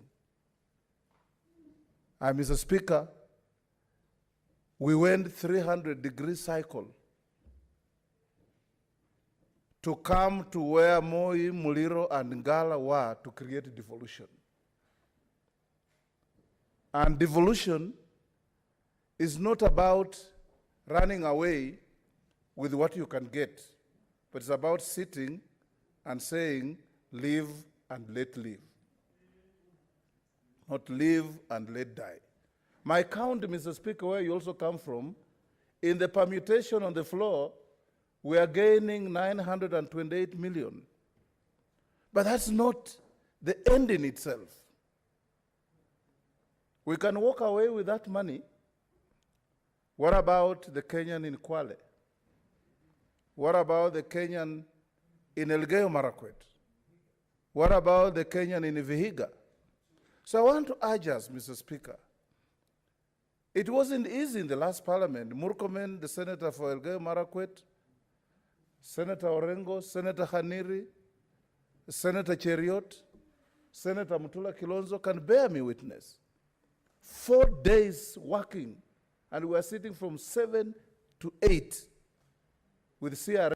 When we walked here, Mr. Speaker, there was a consensus, everybody agreed. So I want to urge the House, Mr. Speaker, that my suggestion that Senator Orengo has talked to does not kill any initiative, does not distinguish any interests. We are polarized. Forget about what the papers are saying. They're polarizing us even more. They are now defining the country by drawing maps, the red zones and the green zones. And when you look at those red zones and green zones, Mr. Speaker, it reminds you of 1963. This is not the direction I would wish us, as the second Senate in the new constitution of this country, to visit to our country. So I want to urge my younger brother, Senator Kangata, because he has been displaying a bit of agitation on this matter, that we all agree that the next sitting session, some consensus would have been built not necessarily on which formula to take, but which steps we should take. And the Constitution is very clear, Mr. Speaker, that if there is no new formula, then the formula in place remains the formula until you have a new formula. So there's no lacuna. The country is not going to operate without a formula. And I want to tell you guys, senators, as I finish, today, you may think that the perimeter you hold dear is the only one that obtains in your county. the next day, there will be a shift of population to a different area of the country altogether because of economic activities. The parameters will change. So there's no fixed position for anybody. The fixed position is the interest of the people of Kenya. That is what should be the fixed position. So with those few remarks, Mr. Speaker, I want to urge my colleagues, and I can see that all of us must be patriotic enough to know that the pain of a Kenyan in Gorokocho must be felt by a Kenyan in Vanga. That the pain of a Kenyan in Turkana must be felt by a Kenyan in Murang'a. That is what the nation is all about. That when you hear that somebody has been gunned down in Wajir, you feel the pain because it's your compatriot. That is not the same pain you probably would feel when you hear somebody was gunned down in Fiji, although it's humanity. I urge you, colleagues, my distinguished colleague, the tycoon from Nyeri, I can see you staring at me. This is the direction we should go. And this is the direction that will hold us together. Let's not have winners and losers in this debate. Let's have Kenya as the winner in this debate. Thank you. Honorable Senators, I propose the question that the debate be now adjourned. Senator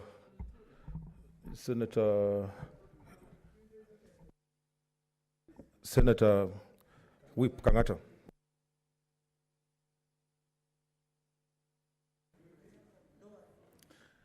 Thank you, Mr. Speaker, sir. Mr. Speaker, sir, allow me with all due respect to oppose the motion for adjournment. Mr. Speaker, sir, we have discussed this issue for more than, not once, not twice, not three, not 4 times, not 5. Now this is the 6th sitting we are having to discuss this issue. Mr. Speaker, sir, the options that we have currently before us, it means if one was to support Sakaja's proposal, Senator Sakaja's proposal, if one was to support Senator Irungu Kangata proposal, no county loses this year. So the options that we have before us, they are the best. They are enough.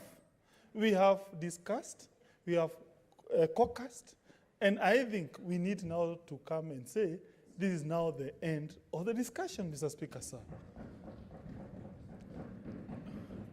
Mr. Speaker, sir, I appreciate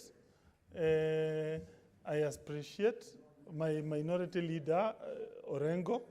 He is a good lawyer, and but surely, after all that discussion, after all those concessions, remember that when we had what we call the CRA, isn't it? We discussed CRA. Then there was a further amendment by the chair of the then committee for the finance committee, Engineer Mohamud. Then there was another one by the then interim chair, Senator Mwaura. Then there was another amendment by the committee. Then that committee, the so-called Linturi formula. Then there was another amendment to propose to come up with, I don't know, 1-year cushioning. Again, we went, now we have another Kangata proposal proposing adjournment or effective days to take 2 years, I don't know, 3 years. Then we have Sakaja's proposal. Mr. Speaker, sir, we have tried all measures. I think it is time now we decide. Kenyans out there, Mr. Speaker, sir, are watching. They want a Senate that is decisive. I am ready, Mr. Speaker, sir, to take whatever outcome that the honorable senators are going to decide here. I'm ready. And I am happy, my brothers, that now the kind of options that we have on the table, at least we shall not have a gaining and a losing counties. To me, I thought that was the main problem, Mr. Speaker, sir, why this discussion was so protracted. Now, with the kind of 2 options we have, please, we shall, once we make the decision, we shall be brothers and sisters, because we shall go home knowing no single county has lost or has gained this financial year or even the next financial year. With those few remarks, I stand to oppose. Senator Utula Kilonzo Jr.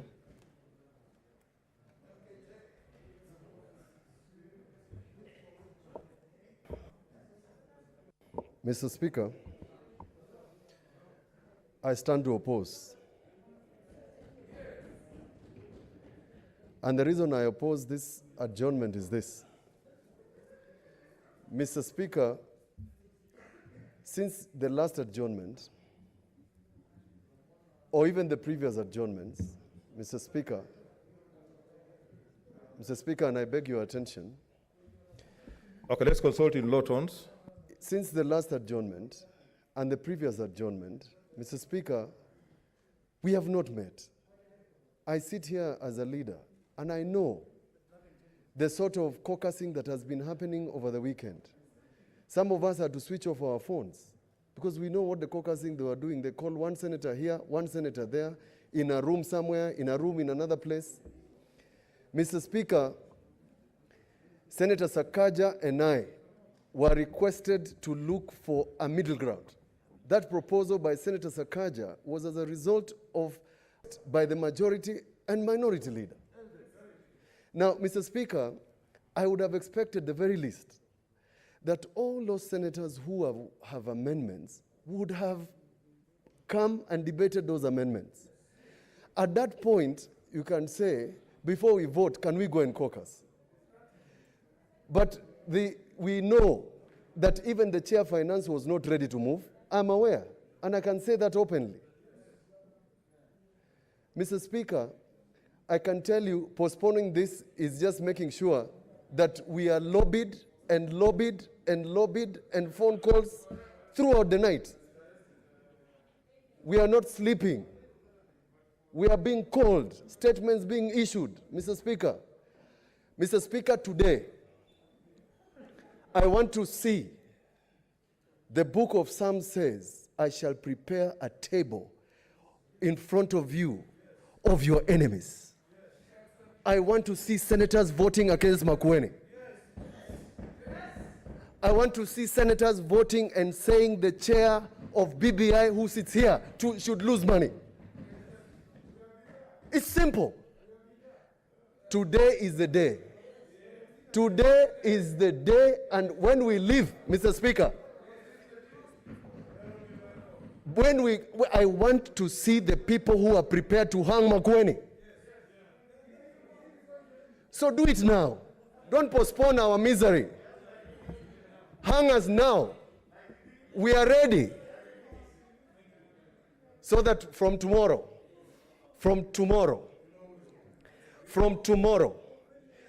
no senator will say that there is a country or a county of bushes, of livestock and shrubs. No senator will go to a wedding and threaten us. Threaten us on the floor with your vote. I oppose.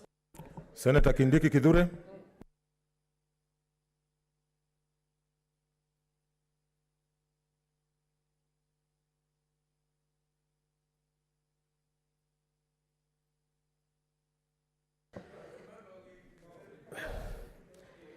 Mr. Speaker, I oppose.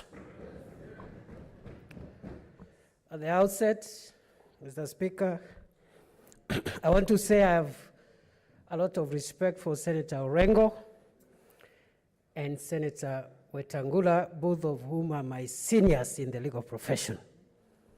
However, today, Mr. Speaker, this House is faced with the fate of the young man in the book by Chinua Achebe, Arrow of God, who was sent to deliver a diplomatic message to the other village. And an old man called Obierika asked whether it was in order to send the young man without first preparing the young man with the skills to carry both fire and water in the same mouth. Mr. Speaker, what this House has to do today is to be able to carry fire and water in one mouth. Mr. Speaker, the story that brings us here today this afternoon began in the 60s with great nationalists like Ronan Gala and others. Unfortunately, 4 years down the line, they lost the battle. They crossed those who were favoring a situation as we have today, where a lot of resources remain at the center, took advantage and brought out sessional paper number 10 of 1965, which simply said keep money in Nairobi and use it to develop places near the railway line. And because the Coast Province was then a protectorate, it was left out and marginalized with the rest of the country that were far from the railway line. Mr. Speaker, devolution came to sort out this problem. But today, we are faced with a choice, and no amount of procrastination will help. Let us make our decisions and live with them. Mr. Speaker, as I end, the sponsor of this motion and the seconder have not given any time frames. So we are just wasting time and dithering and looking bad in the eyes of Kenyans. And therefore, Mr. Speaker, we have spoken enough. Those who are against other parts of the country and derogatory terms, we want to tell them, you may not be brave enough to answer us today, and perhaps you will keep quiet. But I want to remind you, as I end, of the lion that chased an antelope, and the antelope fell over a cliff. And the lion asked the rock, have you seen my antelope? And the rock did not reply. He asked the other rock, have you seen my antelope? The rock did not reply. And the lion said, Mr. Speaker, you may not answer me, but you have heard me. Mr. Speaker, I oppose. Senator George Khaniri, then.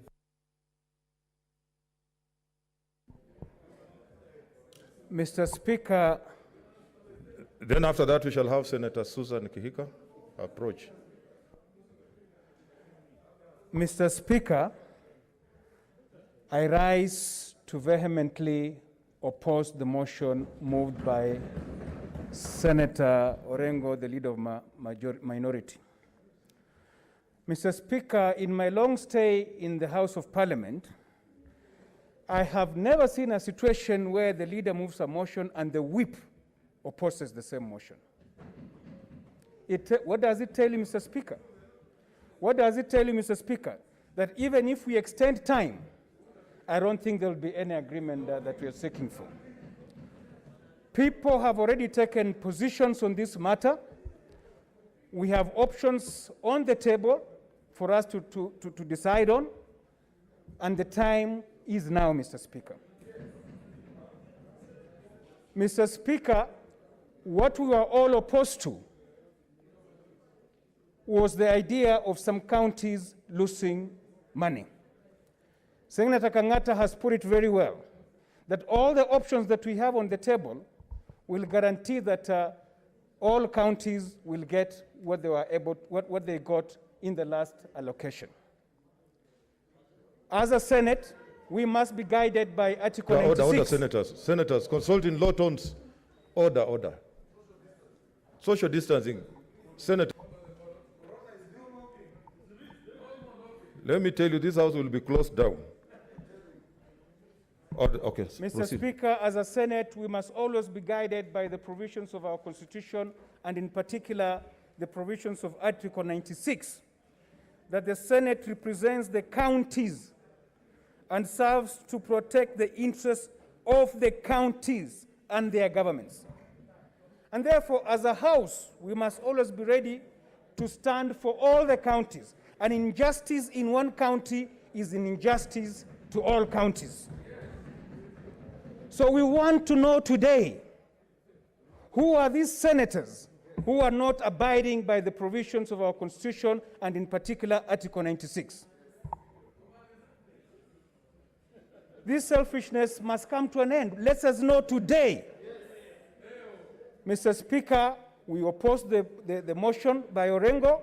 We are ready to debate the motion by Kibiru and the amendments that by Senator Sakaja, so that we take a decision today. The country is ripe. The country is awaiting the decision of this House. I oppose. Senator Susan, then I will put the question because order, members, order.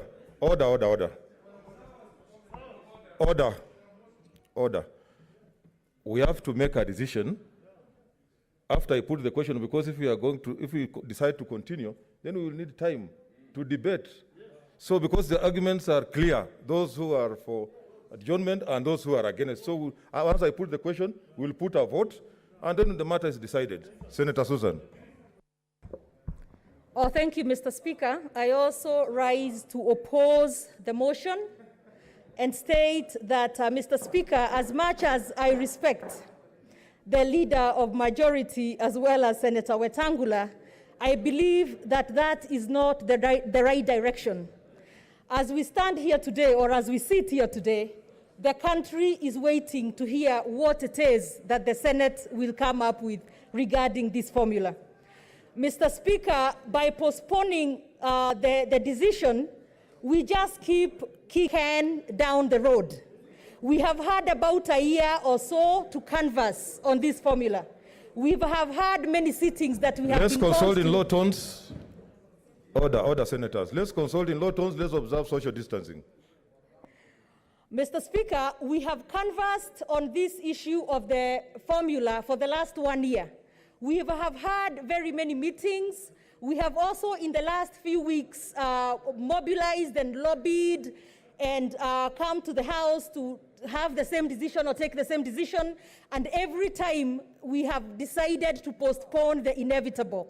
Mr. Speaker, I believe that it is the right time to proceed. Let what will be.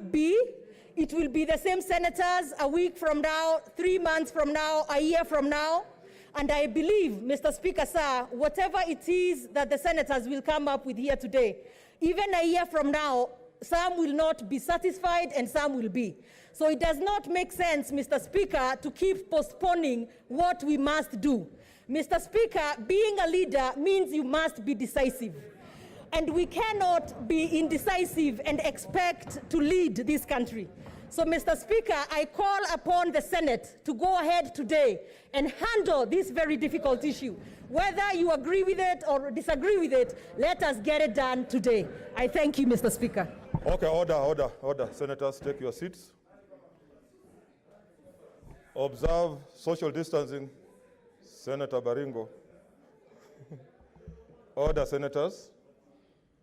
I'm going to put the question, then thereafter, we shall have electronic voting, and those who are outside will come in our normal way to vote. No. Order, senators. You know, for adjournment, because of, we want to give everybody an opportunity, because those who are out there will be disadvantaged. Let us be free to everyone. Yeah. I put the question, which is that the debate be now adjourned. So prepare for the vote.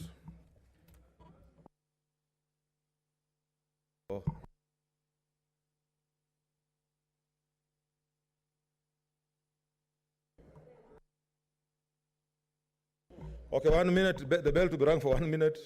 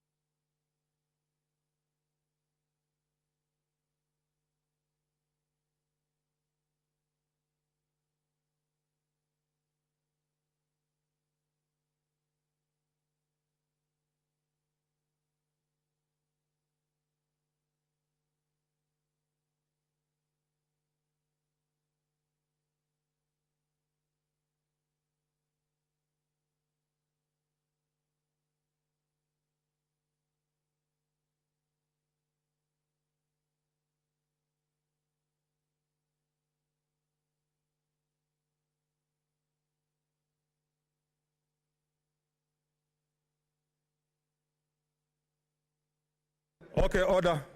Senators, take your seats. Take your seats because we want to vote. And those who are in the other chamber can start coming forward. Sit, take your seats. We are voting. Sit, take your seats. Okay, let's vote. Eh? Bado.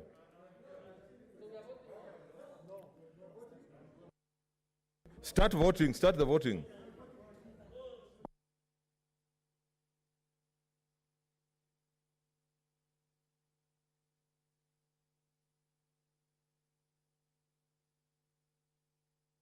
Those who are in the extended chamber to come.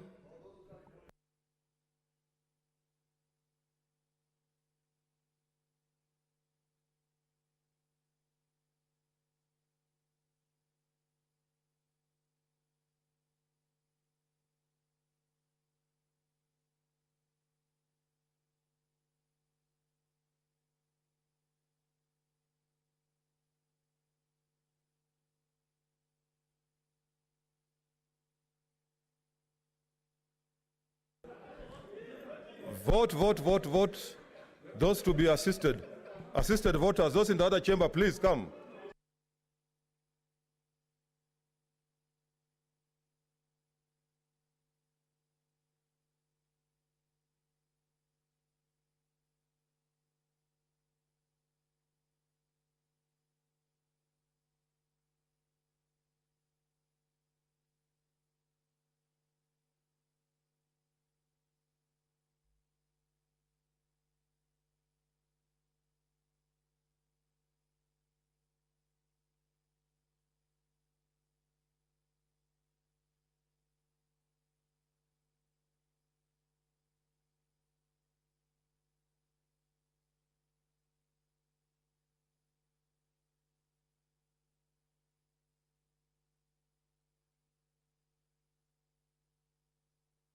Okay, observe social distancing, please, please. I'm pleading with you. Come vote, take the minimum time so that you observe social distancing.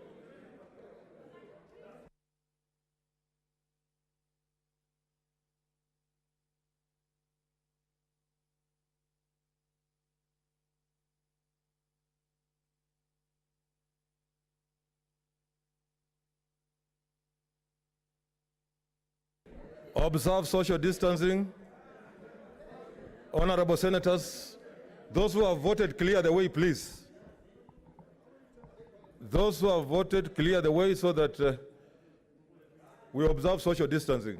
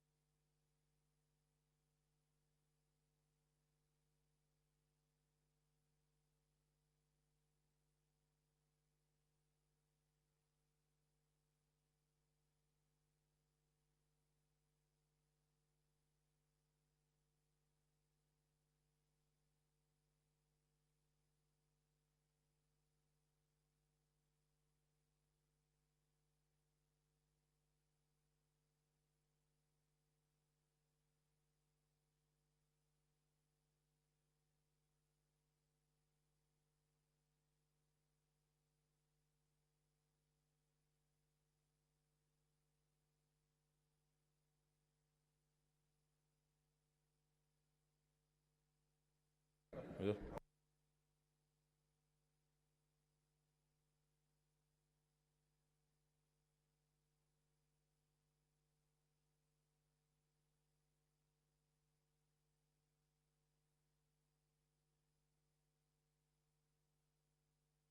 Okay, those who have voted, please clear the way, clear the way. Let us observe social distancing, please.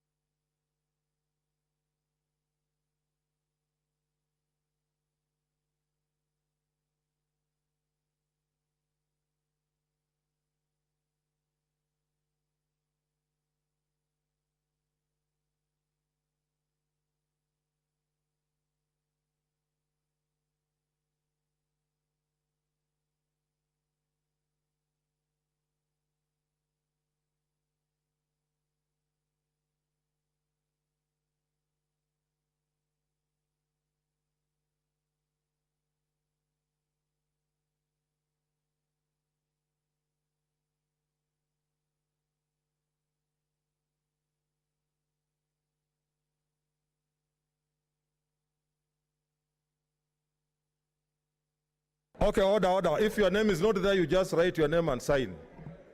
Please, let's make haste.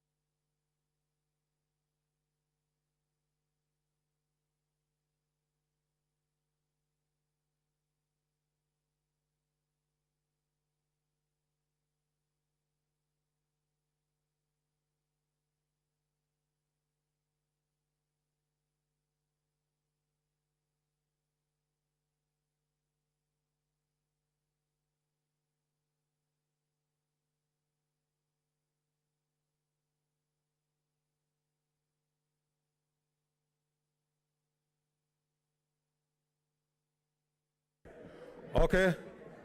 Senators, take your seats.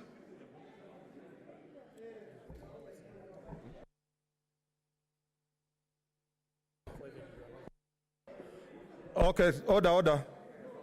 Take your seats.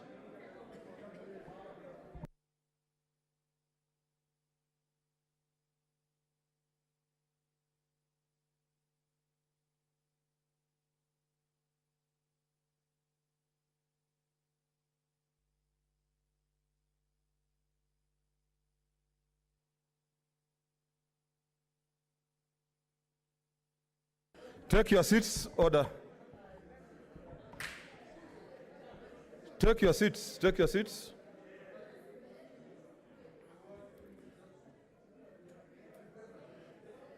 Take your seats, senators. We have something to do.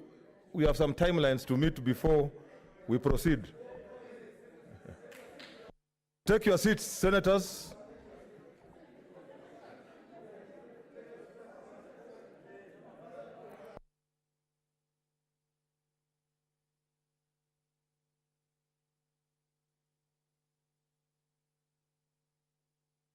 Order, senators, take your seats. Take your seats, please.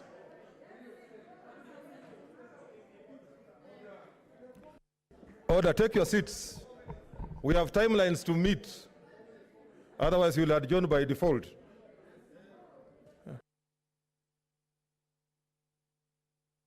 Take your seats.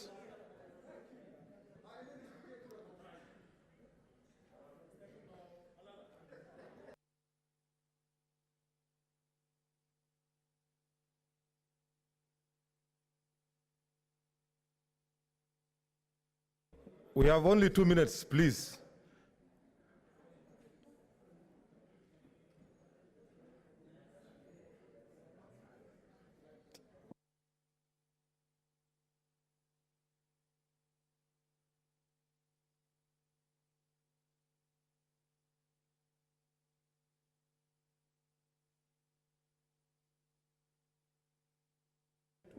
Senator Sakaja. Yeah, who is moving? Who is moving? Okay, Senator Khaneri.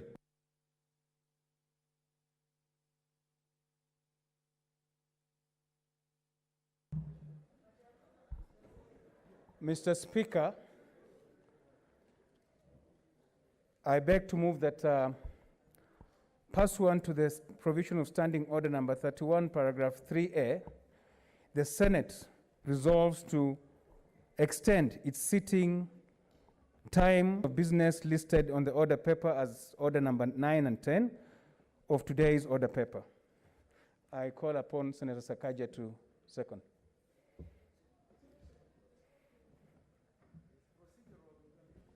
Senator Sakaja.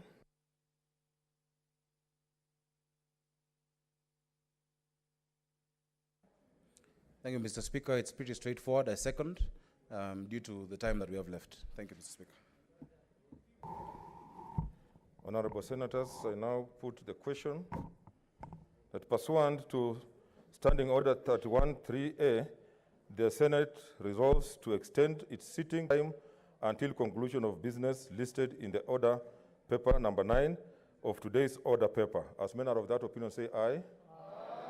As manner of a contrary view say nay. The ayes have it.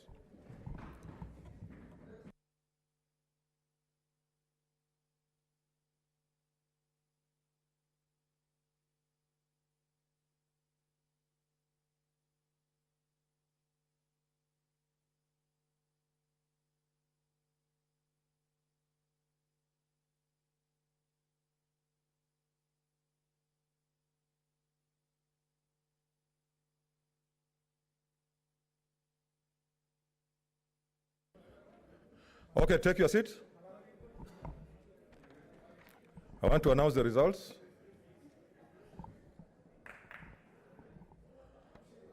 Take your seats.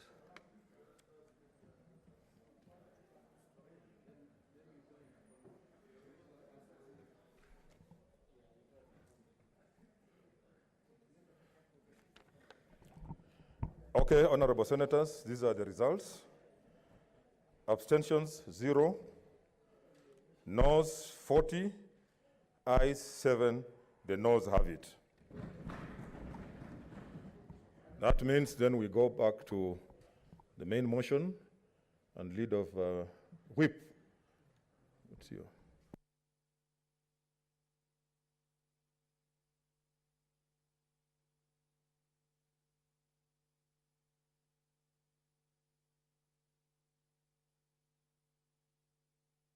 What's your point of order?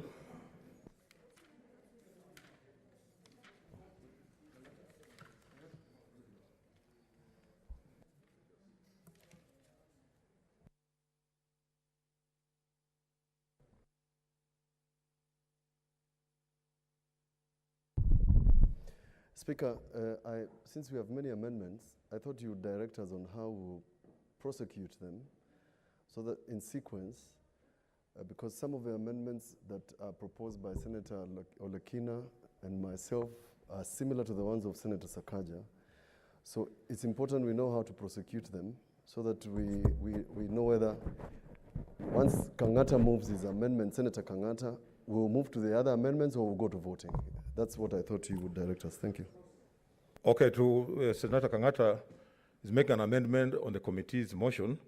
Then once we are through that, we'll take a vote. If it carries the day, yes. If it doesn't, then we see what to do next. Senator Kangata.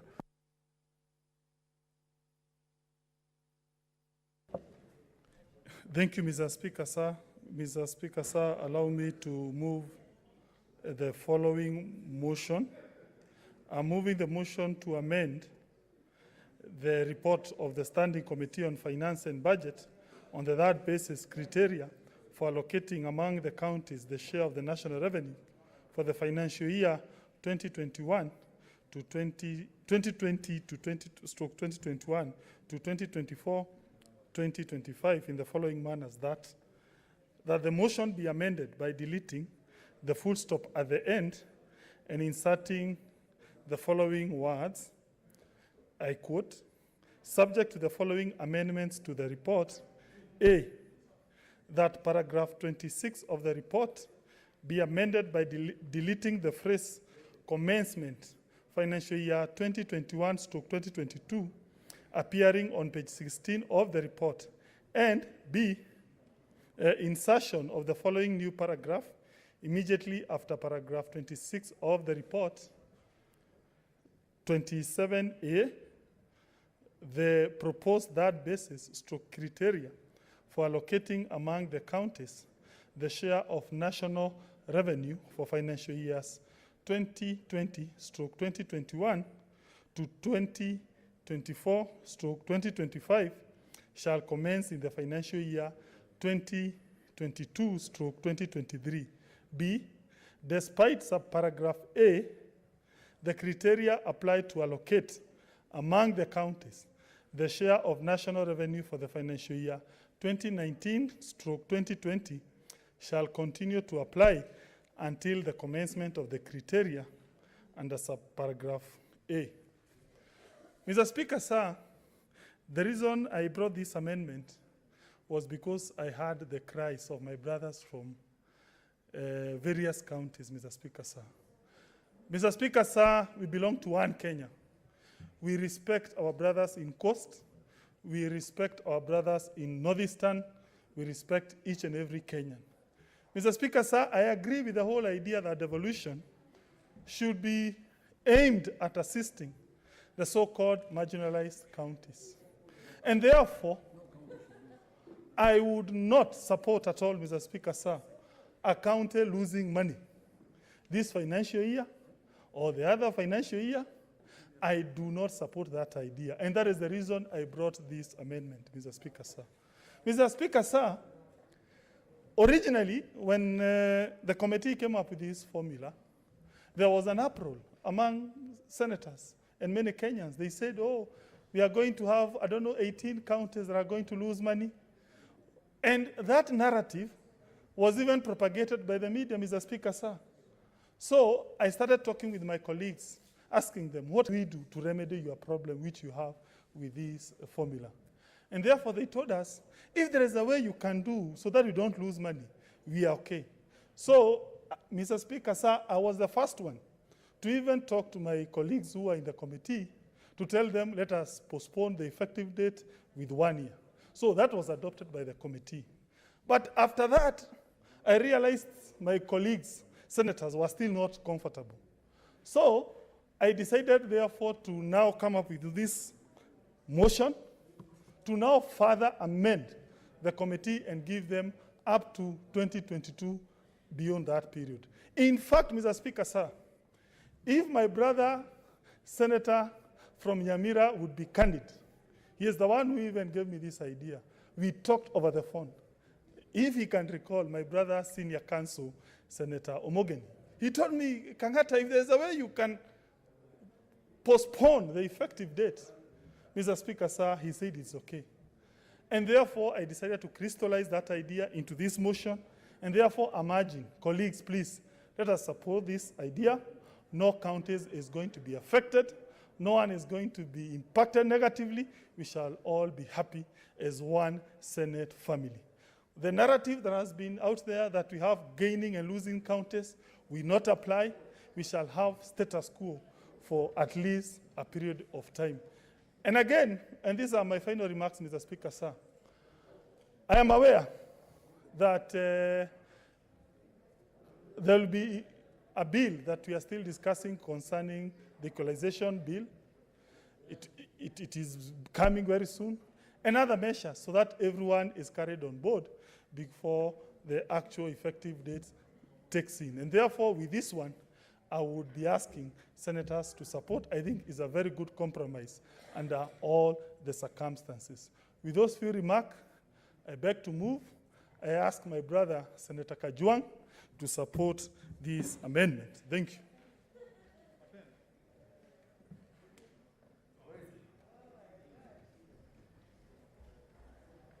Mr. Speaker, I rise to second this amendment that has been brought to the House by Senator Irungu Kang'ata. I must start by saying that we find ourselves on the horns of a dilemma. We have to make decisions on wrongs, Mr. Speaker. We are not making a decision between a wrong and a right. We are making a decision between two wrongs. Mr. Speaker, before I accepted to second this motion, I was convinced, just like many other members in this House, that we needed further consultation to ensure that we do not end up with a divisive situation. But the time has come when a decision has to be made. And we as leaders, decision-making is part of the calling of leadership. Mr. Speaker, I second this amendment on the basis of the principles of public finance that are laid out in the Constitution in Article 201. Those principles talk about stability and predictability of the public finance management process. Some of the formulas and some of the simulations that have been brought to this House had the effect of disrupting the planning and budgeting processes of counties. Some of those simulations would have led certain counties to lose R1 billion shillings overnight. And yet these counties have already concluded their budgeting and their appropriations bills have already been enacted. Mr. Speaker, this amendment proposes that for the next 2 financial years, the effects of the formula that this House is going to adopt shall not be felt. Mr. Speaker, that takes me to the second principle, that we should not have gainers and losers. And I feel disheartened, Mr. Speaker, when speakers step to this podium and talk about us and them, that today we shall see who is with us and today we shall see who is not with us. Mr. Speaker, this is not a conversation about winners and losers. It should not be a conversation about us versus them. This should be a conversation about Kenya. What do we expect to achieve in 2 years? We have cynics in politics and we have optimists in politics. I belong to the optimist school of thought. Mr. Speaker, a day is a long time in politics. Indeed, I was not even aware of this amendment until midday today.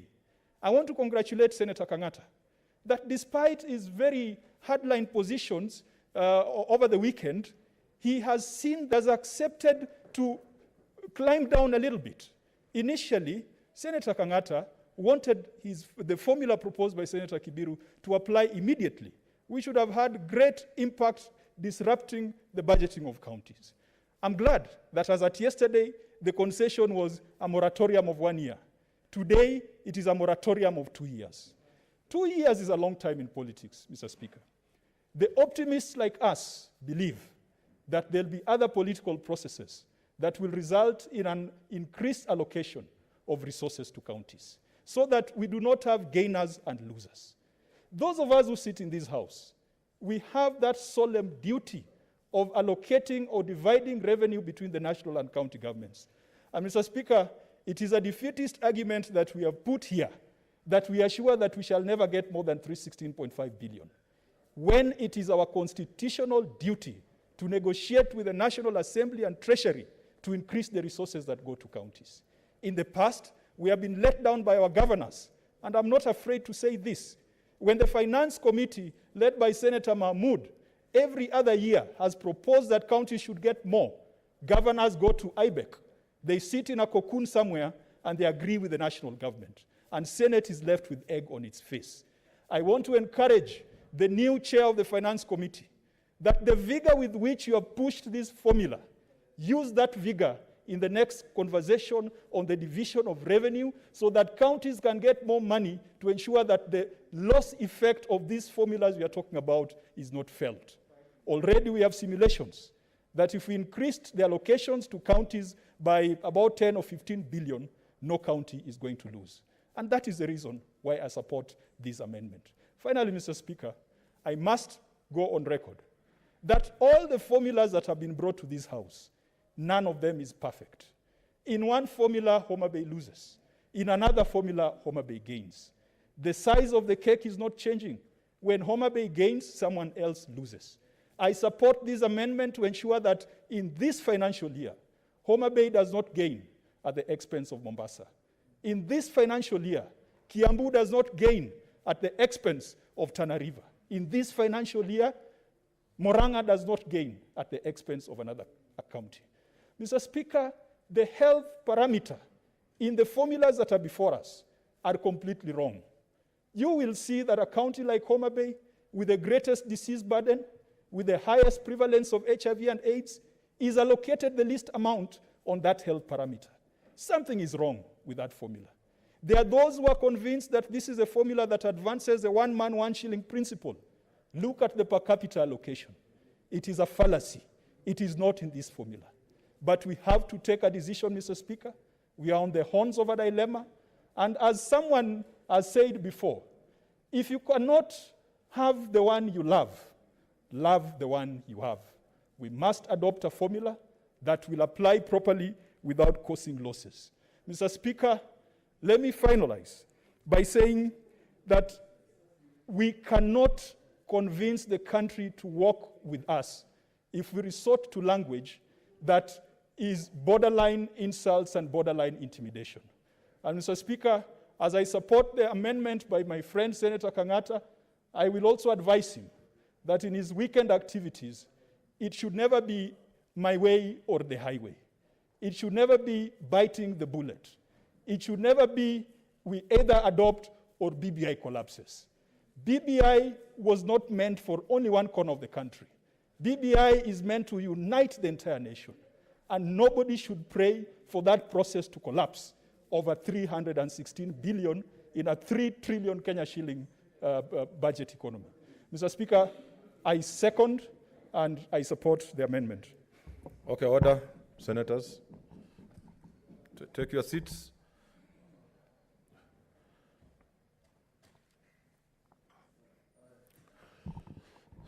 Senators, I now propose the question, which is that the motion be amended by deleting the full stop at the end and inserting the following words, subject to the following amendments to the report. A, that paragraph 26 of the report be amended by deleting the phrase commencement, financial year 2021-2022 appearing on page 16 of the report, and B, insertion of the following new paragraphs immediately after paragraph 26 of the report. 27A, the proposed third basis criteria for allocating among the counties the share of national revenue for financial years 2020-2021 to 2024-2025 shall commence on the financial year 2022-2023. B, despite subparagraph A, the criteria applied to allocate among the counties the share of national revenue for the financial year 2019-2020 shall continue to apply until the commencement of the criteria under subparagraph A. Senator Cherargei. Thank you, Speaker. From the onset, I rise to support the amendment by the Majority Whip, Senator Irungu Kangata. Personally, I was of the view that it should have taken an immediate effect because the additional of 1.4 billion that should have come to Nandi County should have done wonders. But considering becoming a patriot and looking at all issues that has been raised, I have agreed. In fact, Mr. Speaker, I was not even of the view to delay for 1 year. But now, according to being a man of a big heart and compassionate to our friends across the country, I have accepted on this, Mr. Speaker. Mr. Speaker, in 2007, President George W. Bush told Iran that all options are on the table. And I'm happy today, Mr. Speaker, that Senate is going to make a decision. We had met for more than 5 to 6, this is the 6th time, and yet we have not made a decision, Mr. Speaker. Mr. Speaker, I agree this is the Senate, we must provide a direction. We must agree with this amendment of Kangata so that we can dispense of this formula and allow counties. I agree it would have worked against many counties, Mr. Speaker, because the budgets and the budgetary process had begun for this financial year. Mr. Speaker, I urge my colleagues, let us support and move forward, Mr. Speaker. Finally, Mr. Speaker, the country needs to move forward. We must agree. I've heard the second of the motion, Senator Kajwang and also Senator Kangata. Those are the issues of BBI or handshake. Those are things people can discuss in burials or funerals, Mr. Speaker. And I'm happy the President has banned any public gatherings. So you might end up discussing in WhatsApp groups. Mr. Speaker, we must move forward. Let us desist from any other issues of discussion of either BBI or handshake. Let us protect, as provided for under Article 174 of the Constitution, on issues of devolution, Mr. Speaker.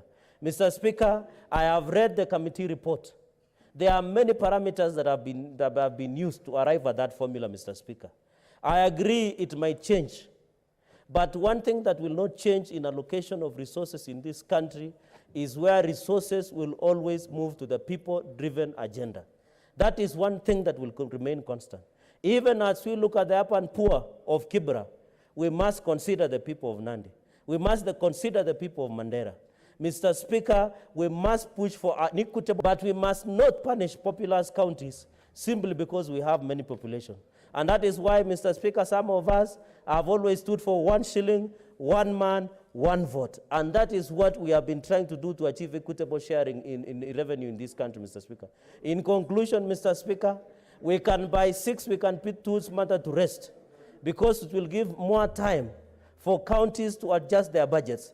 Finally, Mr. Speaker, even as we postpone, as we delay the immediate effect of this formula, I want to challenge counties that they should also work on innovative ways of ensuring they come up with own source revenue. I agree in the IBEC, and Senator Kajwang has said this. When Senate has been fighting for more allocation to counties, governors have been going behind our backs with the national government and cutting a deal. When we were pushing for 329 billion, governors had already made a decision with the national government of 316 billion. So we want to challenge the governors. They must also be innovative in generating their own sales revenue. Mr. Speaker, I support this amendment. Thank you. Senator Mogeni.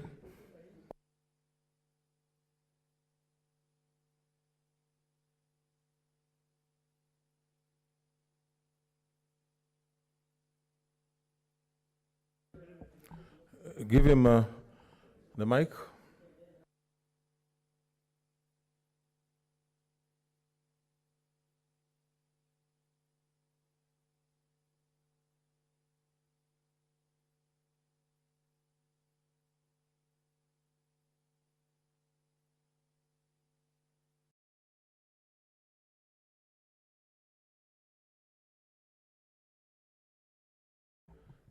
They are working.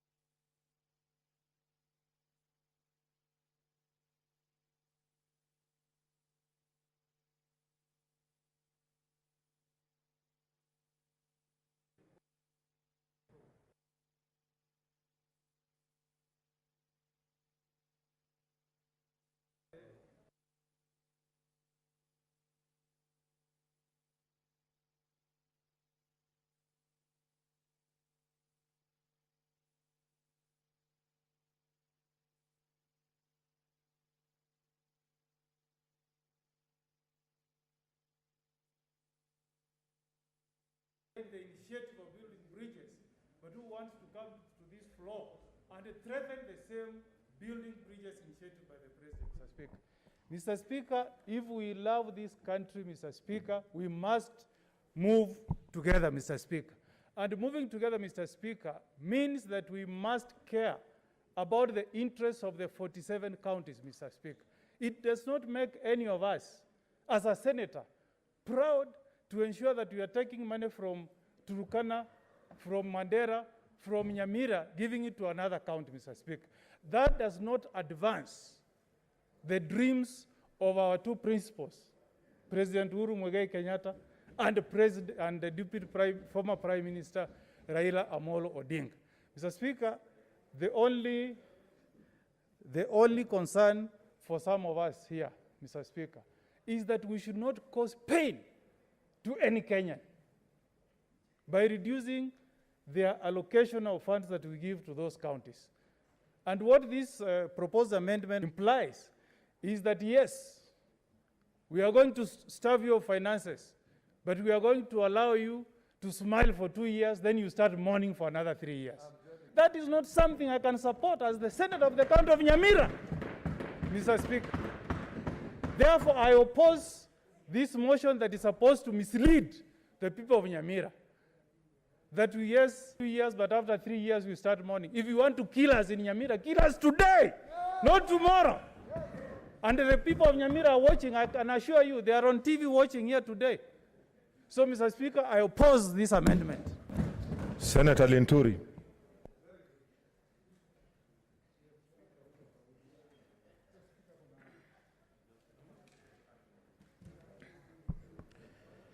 Mr. Speaker, I rise to support this amendment. And Mr. Speaker, I'm one of the very happiest senators this afternoon after defeating the adjournment motion, because, Mr. Speaker, it is said that as leaders, you had better make wrong decisions than fail to make any at all. So for whatever it is, Mr. Speaker, and I do not know the outcome of this debate, I'll go home knowing very well that the matter of the formula will have been decided in whichever way. So to me, that will be very good progress, Mr. Speaker. And Mr. Speaker, realities must be spoken, and we must always be ready to tell the truth. We also say that the cowards die many deaths before the actual death. And Mr. Mutula, Jr., you had better listen to this, my good friend. Because I've heard you very clearly saying we want to slaughter you, let us do it. My brother, I'm very confident and very happy that the kind of optimism that you invite your death today. I will also be very naive to continually give you palliative care when you are terminally ill. You had better go now than continually sit in hospital and continue wasting our money. So today, Mr. Speaker, I want to remind the members of this House that we cannot run away from our constitutional duty of passing a formula for whatever it is. We must do it. And because we must do it, we shouldn't be in a position to think about these issues, thinking of a greater Kenya. And, Mr. Speaker, I want to stand here clearly and speak because I'm proud to have come from a county called Meru. And the other region that many people would also want to intimidate and blackmail throughout by trying to impute or try to tell us that we've sat on people for a very long time. The poor people in Meru, in Chuka, in Timau, Kangata and everywhere else, feel the same pain as the poor people in Kwale or in Kisumu or anywhere else.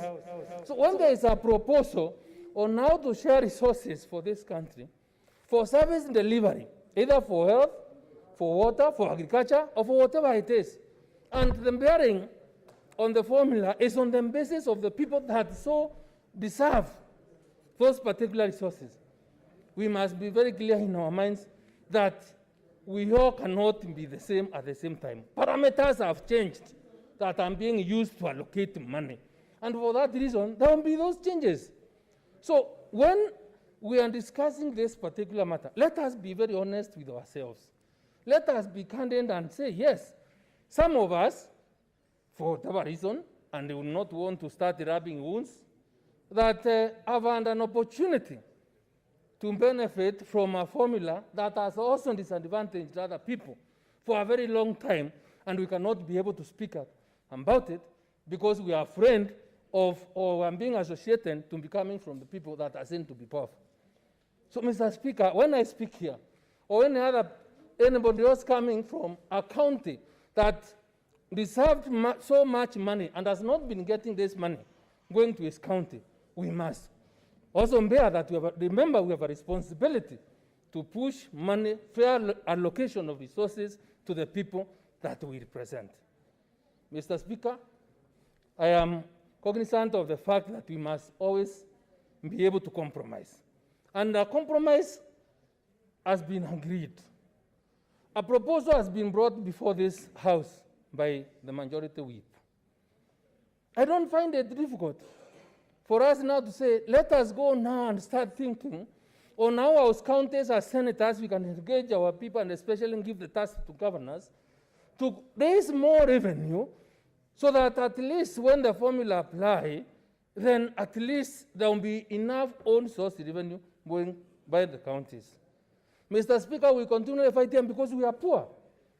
If we were all working very hard, if we were all paying our taxes correctly and timely, we would generate enough resources. And I am sure, because most of the governors in this country have sat there to enjoy and do not care about how much money the revenue they get, because that is why when you compare when we are in the defunct county councils, more money used to be raised, yet the revenue streams that used to apply that particular time are not as many as this time. So we have a challenge as a nation, we have a challenge as the leaders of this country to come with ways and see how we can generate more revenue. And out of generation of more revenue, then there will be enough money to share. We will not continue fighting because of poverty. Let us think out of the box. Let us create wealth so that there is money to share. With that, Mr. Speaker, I support. Senator Olekina.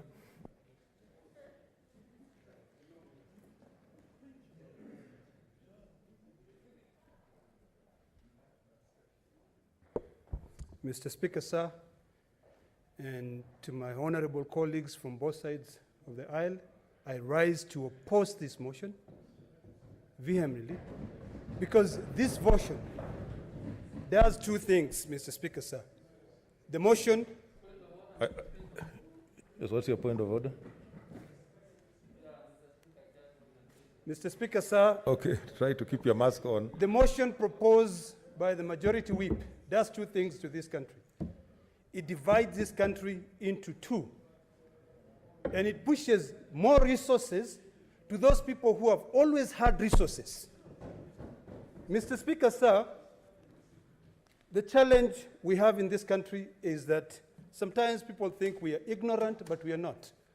Earlier on, Mr. Speaker, sir, the majority, or rather the chairperson, read his report, and he gave reasons as to why he was proposing to deviate from the parameters which were proposed by the Commission of Revenue Allocation. Mr. Speaker, sir, what this does is that when you increase health to 20%, you go against every principle. And even you go against the Ministry of Health policy. Mr. Speaker, sir, their budget declaration was very clear that health, the amount that should be given is 15%, 17% minimum. But that, even if it's a minimum, by increasing it to 3%, Mr. Speaker, sir, what happens is that you don't come in and tell us, how did you get, what statistics did you use? Because that takes money from counties like Narok.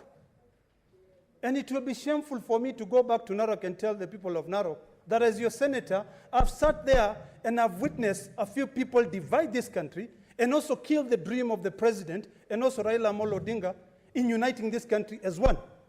Mr. Speaker, sir, what the 3% does, it benefits 3 counties. And that is the counties that has more households. That is Kirinyaga, that is Kakamega, and Bungoma. While our counties, where people are sparsely distributed, they lose money.